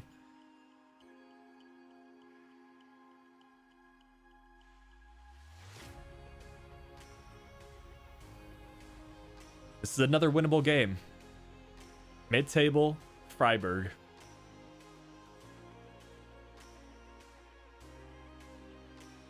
And we lose it again. Oh boy. It's going to be a long Bundesliga campaign.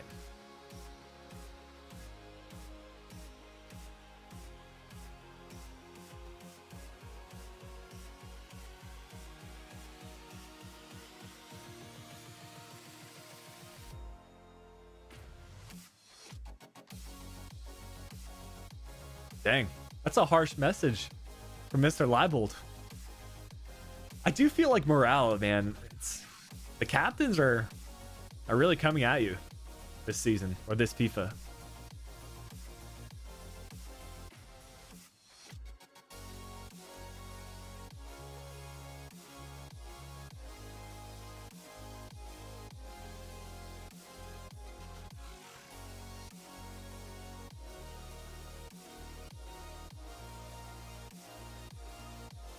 Okay, finally we get some points on the board as we draw against Cone. We'll take that.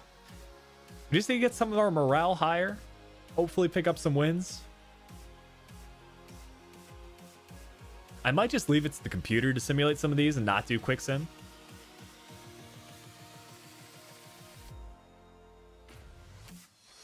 So that's what we need. A win in the cup. Boost the morale a bit. Hertha Berlin, a fairly difficult opponent here.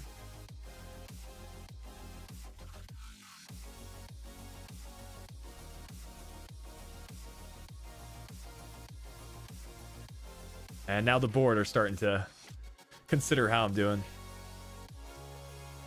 We got a draw or a loss against Hertha.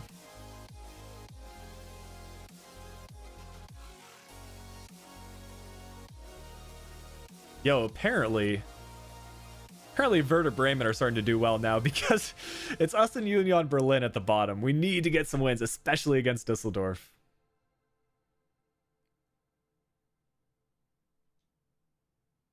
And speaking of Düsseldorf, here they are.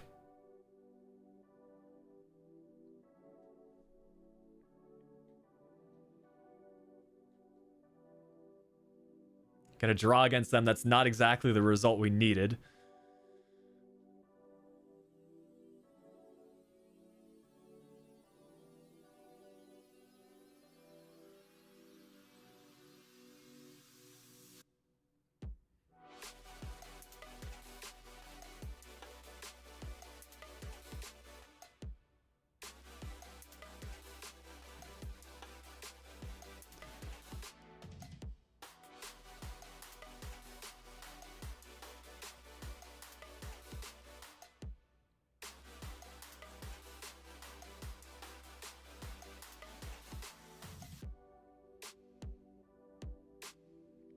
I do think I need to hop in for at least one game this stream, both to boost our points and also just to play a match, because we won't have any like I don't know, title deciding or cup deciding matches. We could play against Union Berlin because they're also bottom of the table. Just a little bottom of the table showdown. What do you guys think? We've got Berlin, Wolfsburg, fourth or fourth in the cup. So yeah, kind of a tough December for us, as we have 3 fairly difficult matches. Augsburg is winnable, but I would argue the other 3 probably won't result in points. So I think I'll play this one against Union. Get some points for sure. Hopefully get us up to 5, which is within 3 points of not being in the relegation zone. And finally, we get one of these press conferences. I agree. I wish they were revamped, but yeah, it's like you need to have go into the press conferences so you have decent morale. You can't just skip them. But I mean, if you look at our squad, I mean, you look at these overall ratings and you wonder why we're at where we are in the Bundesliga table. I feel like this squad should be a little bit higher up. But we move.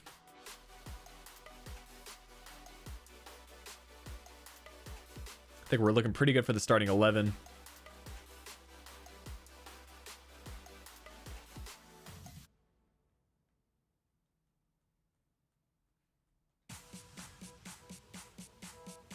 Let's hopefully get a win here. This is going to be big. Excited to have our first match with Wemmenatuka as well as Boateng, still in the 80s. Surely it's got to be one we got to win.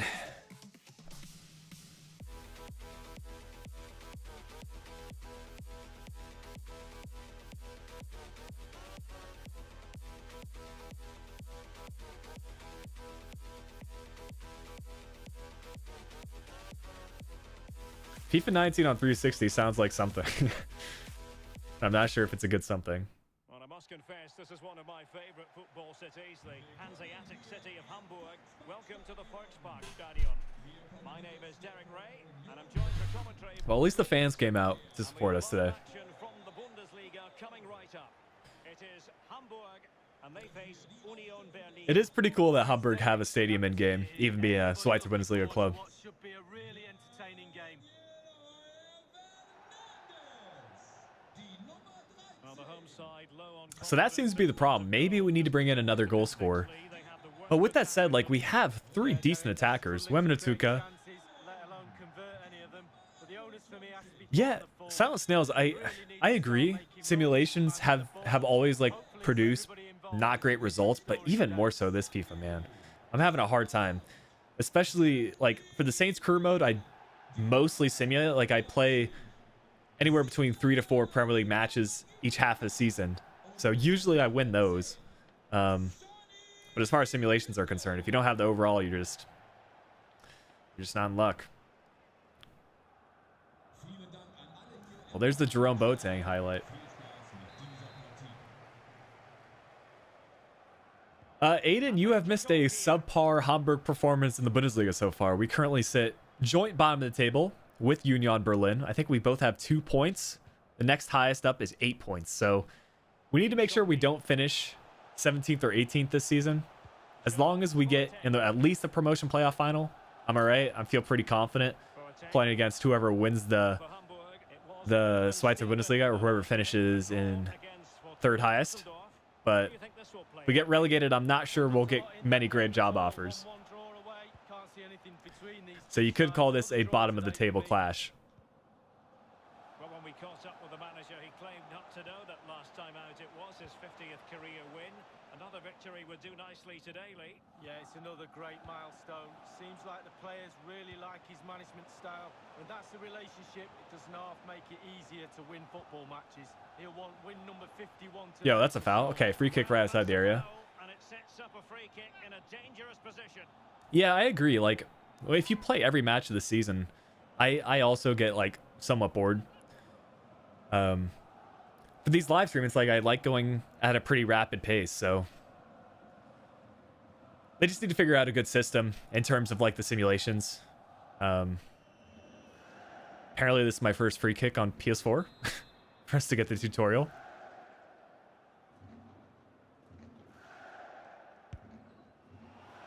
Not a bad effort, to be fair. The free kick, and he was able to hang on to the ball.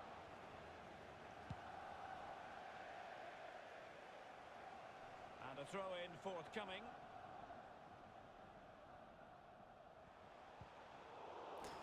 Yeah, the thing about Barfy Boys, he's able to get all those games in, but he's also like, I tried doing that. I tried having a whole season in an episode with Cronin. Those videos ended up being like 40 minutes. I don't know how he makes it so condensed. Pretty amazing.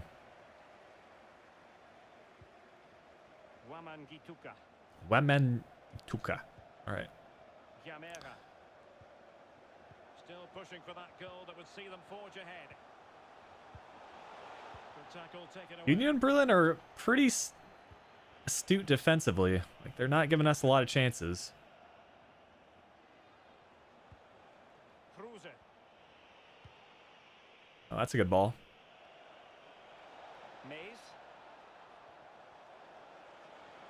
Good tackle from Boateng. No foul. And let's join Alan McInally because I'm Nice, hearing good ball. there's been a goal in the Bayern match. Alan? It's a goal for Bayern Munich. 25 minutes played. Good skill. Play that in the middle. That should be a goal. Yo, Robinson coming in clutch with that left foot of his. Just blasting it. And that could be a big goal for us this season. Had to be our homegrown player.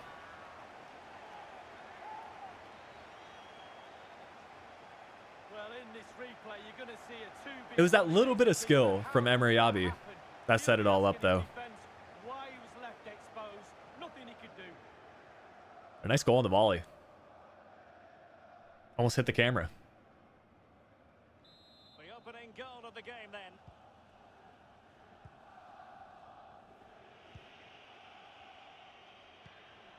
Yeah, that's definitely a good point. That's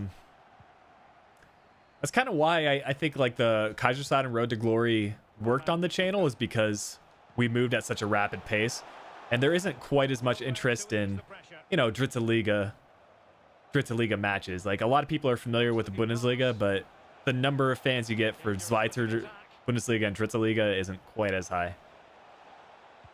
And played in. Oh dear, All square again. that was only going to end one way. Turning out to be. Well, Derek, the cross is great, but just look how Yeah, it wasn't Boateng on the header there. It was our shorter fullback. Great goal. Never going to win that. Even Steven, one apiece in this match. Well, he keeps going. And a fine tackle.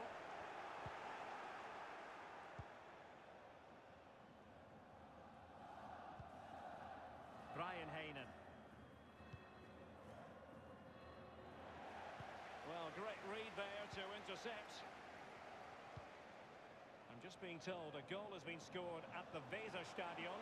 Let's get details of that goal from Alan McInally. Alan. It's the second goal for Werder Bremen. It's been scored by Niklas Füllkrug. The keeper had made a fantastic save. We're nearly scoring ahead of our own. But could not Wamangituka coming in again. rebound. 39 He's been pretty good on the ball. Like, I've only gotten a few dribbles with him, Well, but Derek, just look at those he's stats. definitely They've not pacey. created enough chances. They really haven't. They need to up the tempo, put the pressure on, then they should win this game. good ball out wide. An attack full of promise. Might be able to cross this one to the far post. A delivery towards the back post. Well, that Yo, looks he wasn't quite even involved in the play there. just He didn't touch it. a fraction off.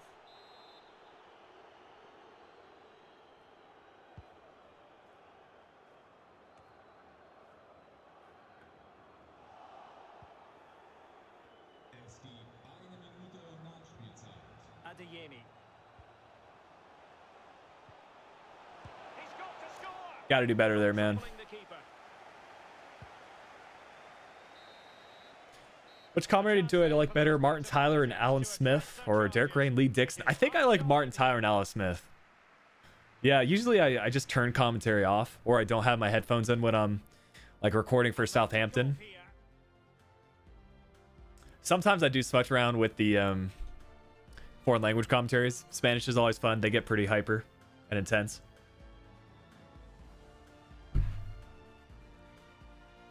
Well, let's turn this around in the second half. We need 3 points here. Who's going to get the goal for us? Anticipated plenty of talking points so far, And now the second half is underway. Well, big news. A penalty has been awarded in one of the other games. Alan McAnally. That could be it. Well, it could be on for him. There you go. Wamatuka getting his first goal, at least with me in this career mode. He scored from a couple simulations. That's the pace coming in. Well, here's the replay, and as we can see, Just the defender can't bursting control down the middle. And when he gets through to Just the don't shoot with his keeper, left and he he's just fine. smashes it past him, gives him no chance to think. A lovely finish. Well, as they kick off again, 2-1 the current state of affairs.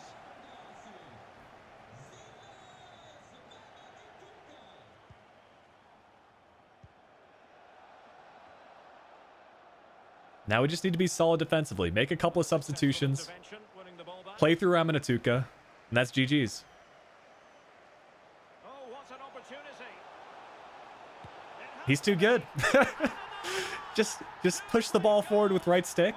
Use the pace. Keep it on his right and you're set.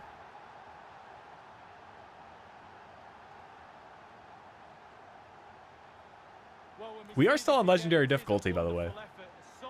I turned off competitor mode because that was a little bit unrealistic for MLS, but I think I prefer it without it on. Well, the goal again, albeit from a different It's a good angle. finish, to be fair. No shortage of goals in this match. 3-1.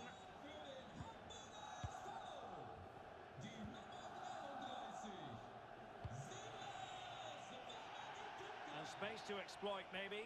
This right back of ours might be... High quality defending. I can't remember which side we conceded a goal. But I think it was our right back that conceded that header. It's kind of a liability for us. Exploit the space out wide. He's in behind. Oh, we nearly get the hat trick there. All right, we'll make a couple of substitutions here in the midfield. Robinson's looking a little tired, so we'll bring Hunt in. As well as this guy, he's been complaining about playtime, so... It's our English winger. Make that substitution as well. Should be able to see this match out. Well, there's a good reason why we're highlighting him. He's really dominating in attack in this game, Lee. Well, his movement is so good. You can see why he causes defenders so much trouble, and a goal to boot as well. Yo, decent header there. I thought he was going to score with that header. Yeah, it was a quality cross, and he gets up well, and it's just wide. Well, this is the home of live football, and we have more action from the Bundesliga here on EA TV. It's There you Hamburg go. against That's how you win a Wolfsburg. header. Yeah, the fixtures come in thick and fast. Should be a They're good starting to game, press us that. now. So hopefully that's not the commentator's curse. Right, Amici. To get tighter here. Can we get a finesse shot on your A left? glorious chance. Decent effort. Decent effort, but not troubling Yo, what's going on, too James? much. And let's join Alan McAnally because I'm hearing there's been a goal in the Bayern match. Alan? If you're just tuning into the stream, we currently have a bottom of the table fixture. Bundesliga. I thought they said Podolski for a second. Bottom of the Bundesliga, Union Berlin Regular updates from Alan McAnally. versus us, who are next bottom. So definitely a must-win match for both teams. But it looks like we'll be able to see this one through because our striker is just too good. Pen? No, Wamanatuka is too good on the ball, man. I feel like his only downside is the weak foot, but you can train that up.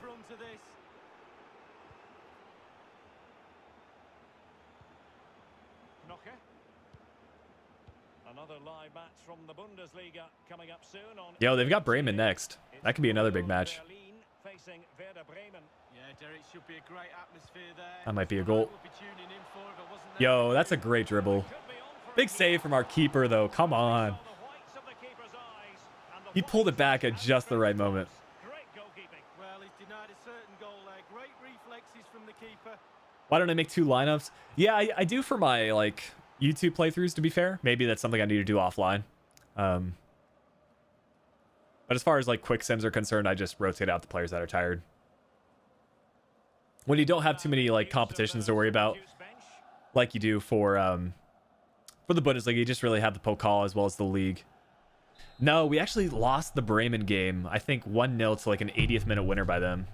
And firing it into the We've had a couple of not to be this time. late matches. Ended up losing. Yeah, we actually haven't won a match yet this season, so I'll be happy to pick up 3 points here if that's the case. Gibbs. And the danger cleared. Hunt. That's a great ball. Oh. And news of a goal in the Werder Bremen match. Let's hear about Am I leaving after the season? Yeah, James. It's a third goal for Werder Bremen. We're going to try to make sure that we don't get Hamburg relegated to the Zweite Bundesliga, but yeah, I think realistically, as long as we don't go down, we're fine. We should be able to receive some job offers, but we'll see what is available. Fired in there quickly. Well cleared away. Can they do something positive on the counter-attack? I do think we need to make a couple more signings here in January for the next stream, just to bring in some higher overall players. And just the 1 minute left in normal time here. Taking into account all the stoppages. That's a good ball. Opportunity is in. On his left. It's Nice and easy. And a goal to settle the issue once and for all. 4-1. For a second, I forgot that Union Berlin scored in this match, but yeah, they scored off that header. Greg, we ended up signing Jerome Boateng Obviously, it's a tap in from there. Inter for like 23 million. The box I like. A predator's instinct, just waiting for the ball to come to him. Yeah, that was a pretty nice goal. View of that goal. We might play one more before the stream is over, just because I'm actually having fun with this Hamburg squad. I think that's the thing. It's like it gets a little repetitive when you play too many matches with the same squad, but considering this is the first match we've used with Hamburg with a lot of these players, like Boateng and our strikers, I'd play one more. And also just to boost our performance in the table. Because apparently we cannot win on simulations. Wemnatuka with a 10 out of 10 performance, though. Okay, that's kind of good news for us, as Düsseldorf lost to Bremen. Vielen Dank, dass Sie schon so kurz nach Spielende bei uns sind.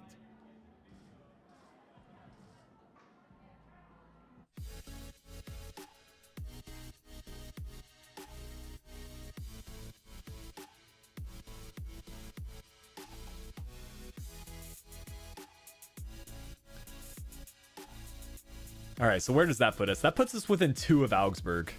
That's doable. All right, we'll see how things go with these next couple of matches. I know we've got a very difficult December. Hamburg away, so we'll simulate that for sure. Don't really care about the cup. But there's Augsburg. Haven't played them yet. Might have to do that. Might have to play that for the last match of the stream. Because realistically, I see us losing against Mönchengladbach, Dortmund, and Schalke. They're just too high for the overall. But we could pull a draw off, maybe a win. We'll see. But assuming that we get a win against Augsburg, that'll probably put us level or very close to them in the table, which will put us in a decent position for the next stream. And good work from Michi getting a goal.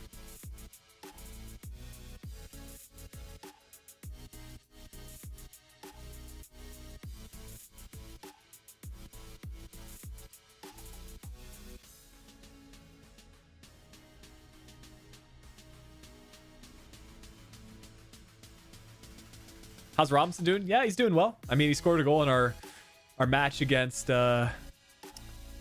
Union Berlin. Scored the first goal of the match. Get a little update on his development, though. Guess up to a 75 rating. Purely from the season. He's gone to the same rating. Actually, not a lot of our players have grown their overall. Idiyami's done well.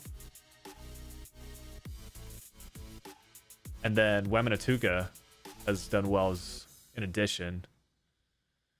But not too much growth so far this season. Kind of surprised to see Dudziak there, but good for him.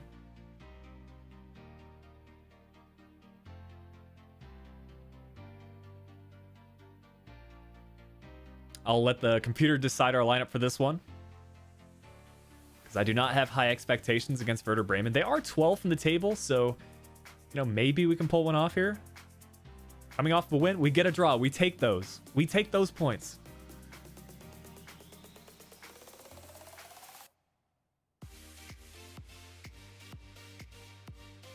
And Komisanya wants a new contract. Should probably sort out these deals that are expiring in 7 months so we don't have players leave on a pre-contract, and there are a lot of them. So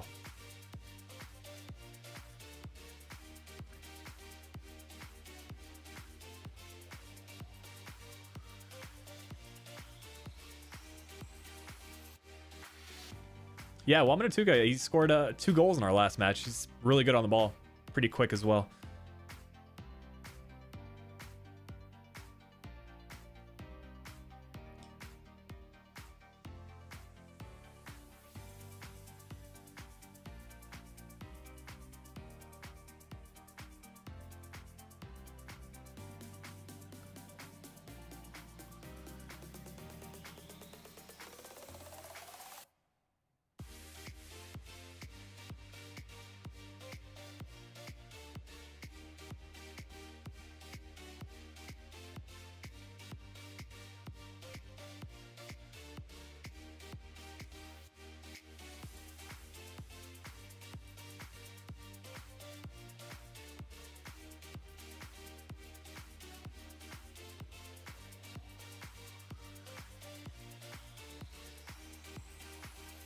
Oh, Toronto's retiring at the end of the season. That's kind of a bummer, but I mean, good for us in terms like we can let other players play, but he did a job for us last year.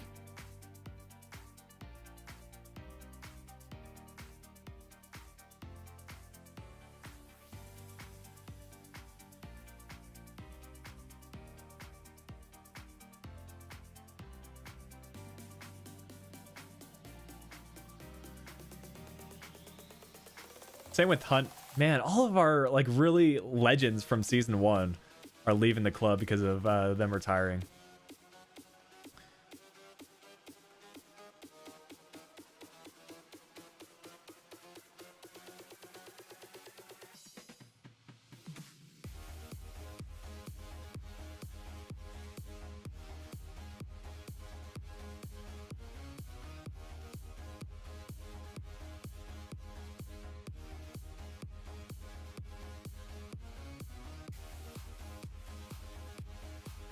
All right, all the contracts are sorted out now. Kind of a tedious thing to do, but something that needs to be done. We have Gortherforth in the cup, and we will win that as well. I don't necessarily want to go in a cup run. I just want to focus on the league, but it's whatever. As we're within 1 point of Augsburg now.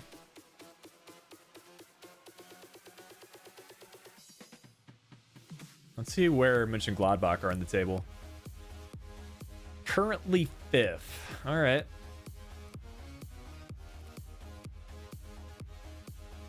We get a loss as expected. What are you guys thinking about this Augsburg match? If we get a win here, we overtake them in the table. I think we play this one. I think we play this one, simulate the last 2 matches of the month, and then probably call it there for the stream.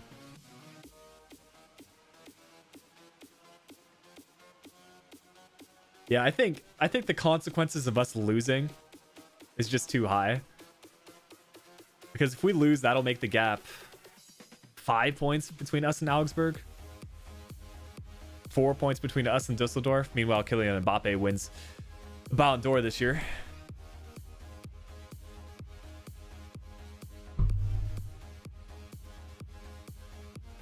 Yeah, let's play this one against Augsburg. Set ourselves up in a good league position to hopefully stay up this year.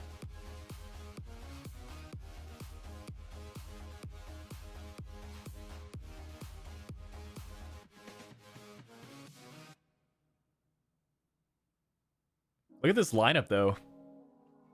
Like a 4-4-1-1, but an interesting alignment for their center attacking mid / center forward. In terms of our lineup, I think we're looking pretty good. Most of our players are happy.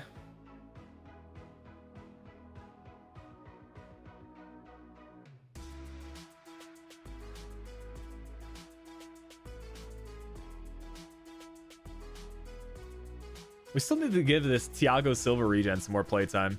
Maybe I'll feature him in the second half of the season. You know, Scott, I think I want to finish out this first year with Hamburg because I don't know. It's kind of funky when you like inherit a team halfway through in terms of the stream schedule. Like what I want to do eventually is do Monday, Wednesdays for this Journeyman Career Mode, and then on Friday we can do something different, just so we switch up the content a little bit on the channel. I appreciate that, Hyder. Yeah, in terms of the content for Southampton, Florino, I don't know. It's kind of a weird place. It'll make more sense when you see tomorrow's video. Finishing the second half of season 2, but yeah, it'll be interesting how we play things out. I'm going to have to rely on y'all for transfer suggestions, because it's weird, because like the Southampton squad, they have players with good potential, so essentially I don't need to make any signings. But as far as a career mode is concerned, it probably makes sense for us to make some improvements, but that means we have to let some other Southampton players go or move to the bench.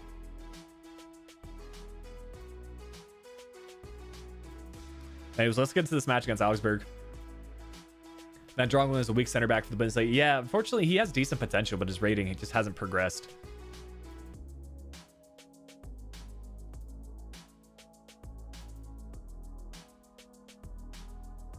I've got to learn some more 5-star skill moves, honestly. I've heard the Elastico is like one of the most effective ones that you can use. But here it is. Fredrik Jensen apparently has scored 3 goals in the last 3 games, helping this 15th place Augsburg side, or I guess 16th place Augsburg side,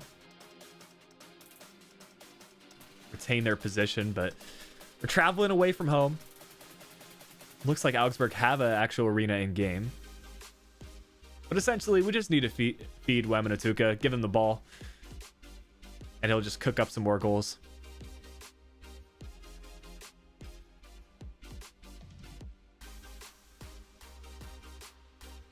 I'm curious to see who some of their top players are, though. In my opinion, Augsburg are a pretty solid Bundesliga side.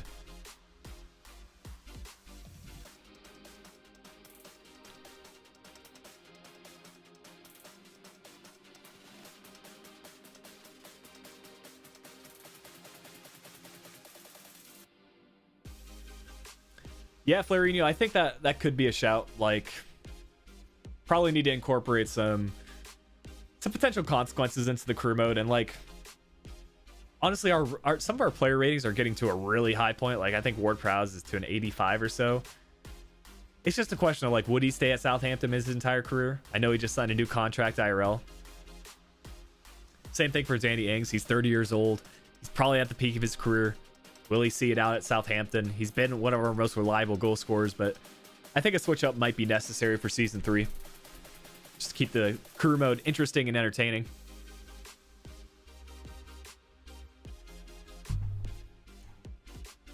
I did forget that Augsburg have Gummy, that high potential fullback. But anyways.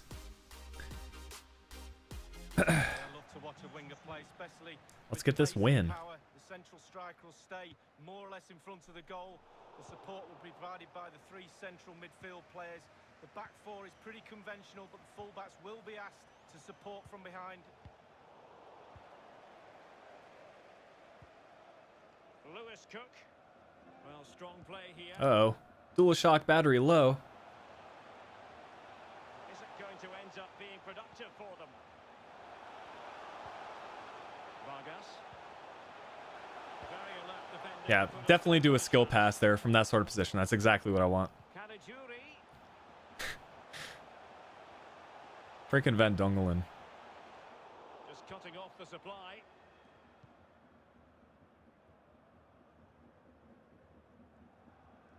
Well, on the way, I think we timed that. You and I bumped into a few of the visiting fans. They're not exactly happy with what real chance. Of course, it had to be Wematuka.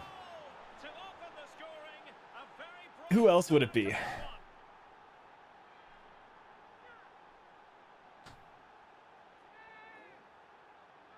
That's how you have to play FIFA 21, though. It seems like that's the most effective process for me. Just playing it down the wing, and then an A pass inside your striker. The positioning of the strikers this year is just so good in the center. Like, I've scored countless goals with Ings that way. If you take over Celtic for the Champions League football, yeah, we could do something interesting like that. Maybe just focus on Champions League, because in terms of like the Scottish League, it's kind of like a two-horse race there.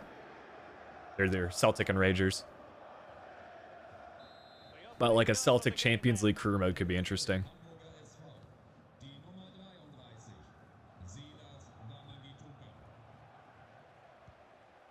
Lewis Cook. And in possession, Fredrik Jensen. Yeah, you know, Ajax would also be interesting. I think more and more so in the Eredivisie, you're seeing some other teams pop up. Or even like, I do plan on bringing career mode challenges back to the channel within the next few days. Like, I should have Schalke going up on Saturday. So that kind of gives me an opportunity to try out different leagues without necessarily having to commit to an entire career mode. Because for saves like Southampton, you're looking at about a month for the content schedule. Well, that's a pretty decent turn. Could have been a free kick there. We were playing a very dangerous game. I noticed defensively. Played a high line. But I don't think Augsburg picked up on that. It is to be a throw-in.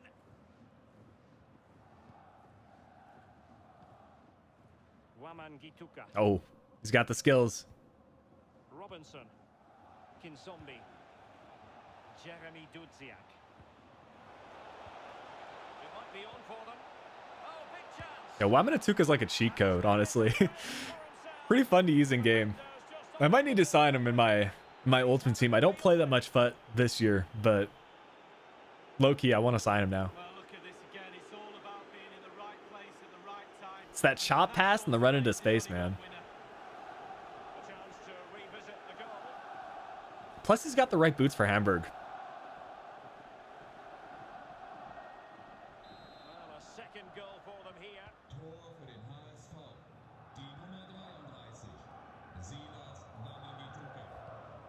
Might be able to produce from this position. Lewis Cook. Oh, in with a chance. And that is offside.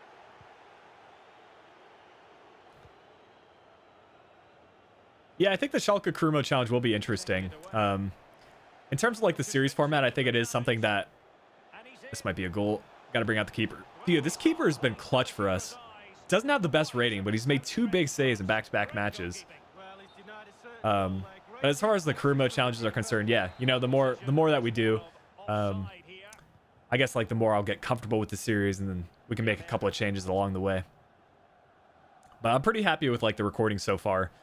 I kind of want to record like an intro that similar to what we did for Southampton, like the intro at the start of the career mode, just to give some more context on the club, and you know, some cool cinematics as well.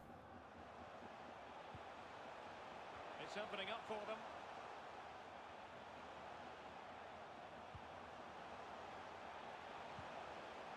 And a no-nonsense clearance. Top-class defending. Yo, they're doing some interesting slide tackles. Jeremy Dudziak. Wamanatuka hat trick right here. Well, that's a Chip shot. pass. No way. And unfortunate with that. Yeah, I mean, it's interesting. Like that's part of the reason why I kind of like simulating matches, because maybe I need to up the difficulty, but Legendary is kind of been too easy for me, if I'm being honest. Ultimate is just unrealistic, the goals that the computer scores. That's why for me, like Legendary with sliders is perfect, because you get a good challenge. Stoppage time situation. 1 minute here. Fredrik Jensen.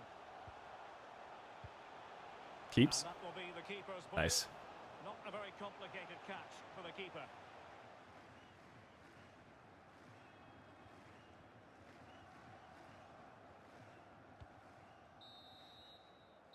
And there it is, the half-time whistle. Yeah, Scott, I also edit with like Adobe Creative Cloud, so like the whole, sorry, not a Creative Cloud, the Adobe Creative Suite. So I use Premiere, Photoshop, all those. Well, he knows where the goal is. He really does. Yeah, when you're up 2-0 against the computer, you can go for those montage goals. Chips from the 18-yard box, why not? The teams are ready to have a go at each other again as the second half commences.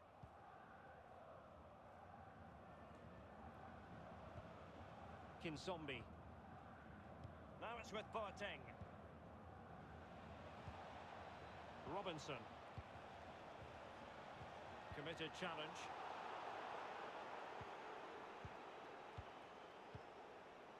Waman Gituka.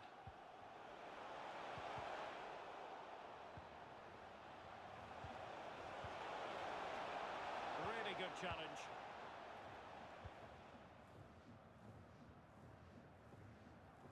But a lot to look forward to on the live action front here on EA TV, and we have more live Bundesliga action for you.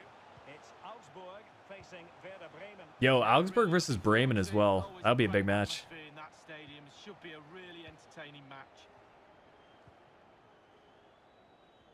The visitors' possession stats. Yo, Robinson knows how to take on players. You can put pressure on the opposition defense, and they look like they're creaking. That's why they're winning comfortably. Robinson. Waman Gituka. Jeremy Dudziak. High quality defending. And we're inside the final 30 minutes. No let up in the pressing department. Moving into the advanced position. An alert intervention. Counter-attacking very much an option. Well, this is the home of live football, and we have more action from the Bundesliga coming up here on EA TV. It's Hamburg facing Simone Zanza. Was not expecting that header. Learned to edit, and I enjoy doing that. Yeah. Yeah, I wish I took more, like, I don't know, more, I guess more creative classes, as far as, like, university classes are concerned.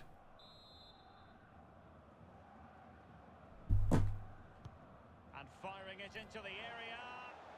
Well, he wasn't messing around with the clearance.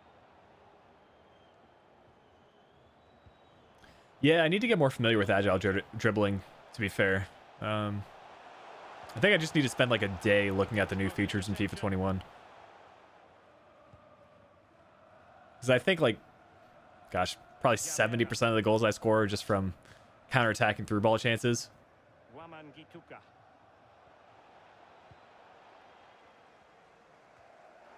On the ball, Dudziak. Well, Derek, if you don't close down, you don't work hard without the ball, you don't put a shift in, you end up with a performance and an atmosphere like this. The fans are not very happy. Johnston Payne. Are you talking about like the Carabao Cup maybe? I'm not even sure. I'm not even sure what the Johnston Paint trophy is. So the only two trophies in like the EFL are, I think Carabao Cup and FA Cup.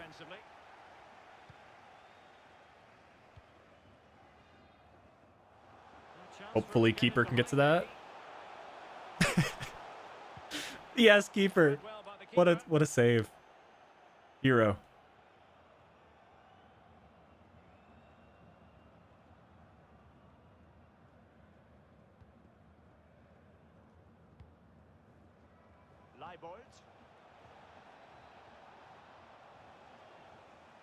The League 1 and League 2 trophy. You know, I haven't done those trophies in a while. Yeah.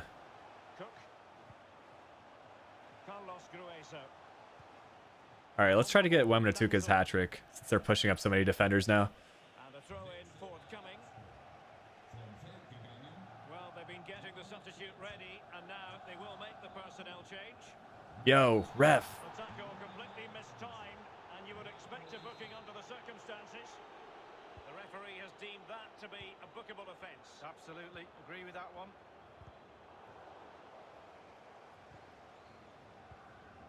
Might be able to get one more attack in. If we can win back possession here. Nah. That's all right. Keeper's going to come out in that, making that save as well.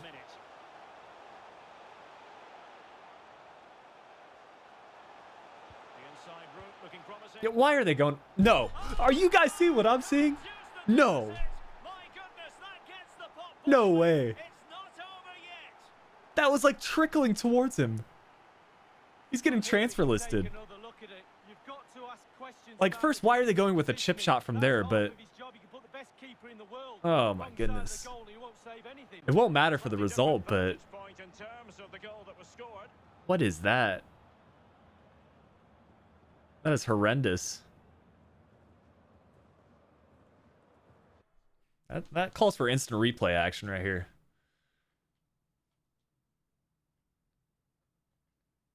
Let's see what this guy's doing.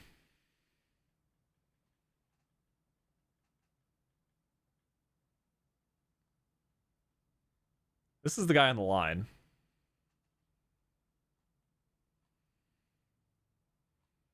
Isn't there a camera angle that can show, like... Set trainer indicators. Yeah, let's set the trainer indicators on.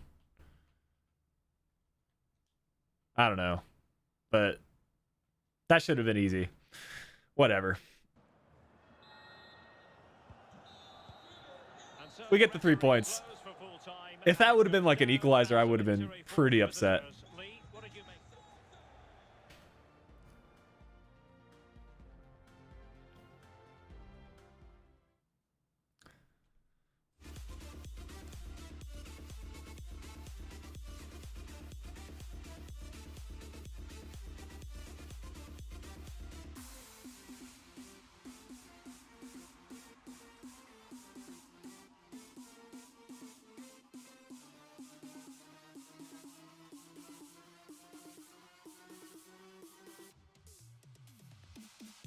Okay, let's see if we can somehow manage to get some points for these last couple of fixtures.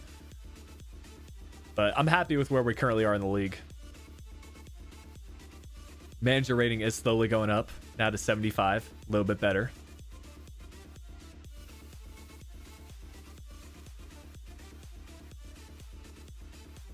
Dortmund are second.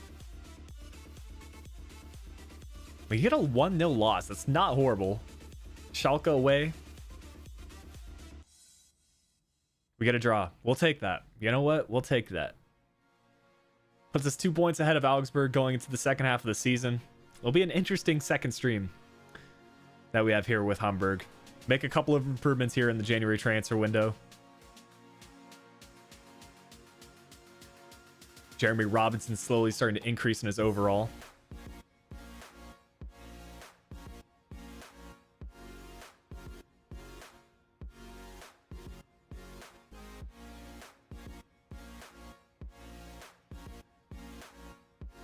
But luckily, we don't have very many matches to play at the beginning of January. We can just focus on signings for the start of the next stream.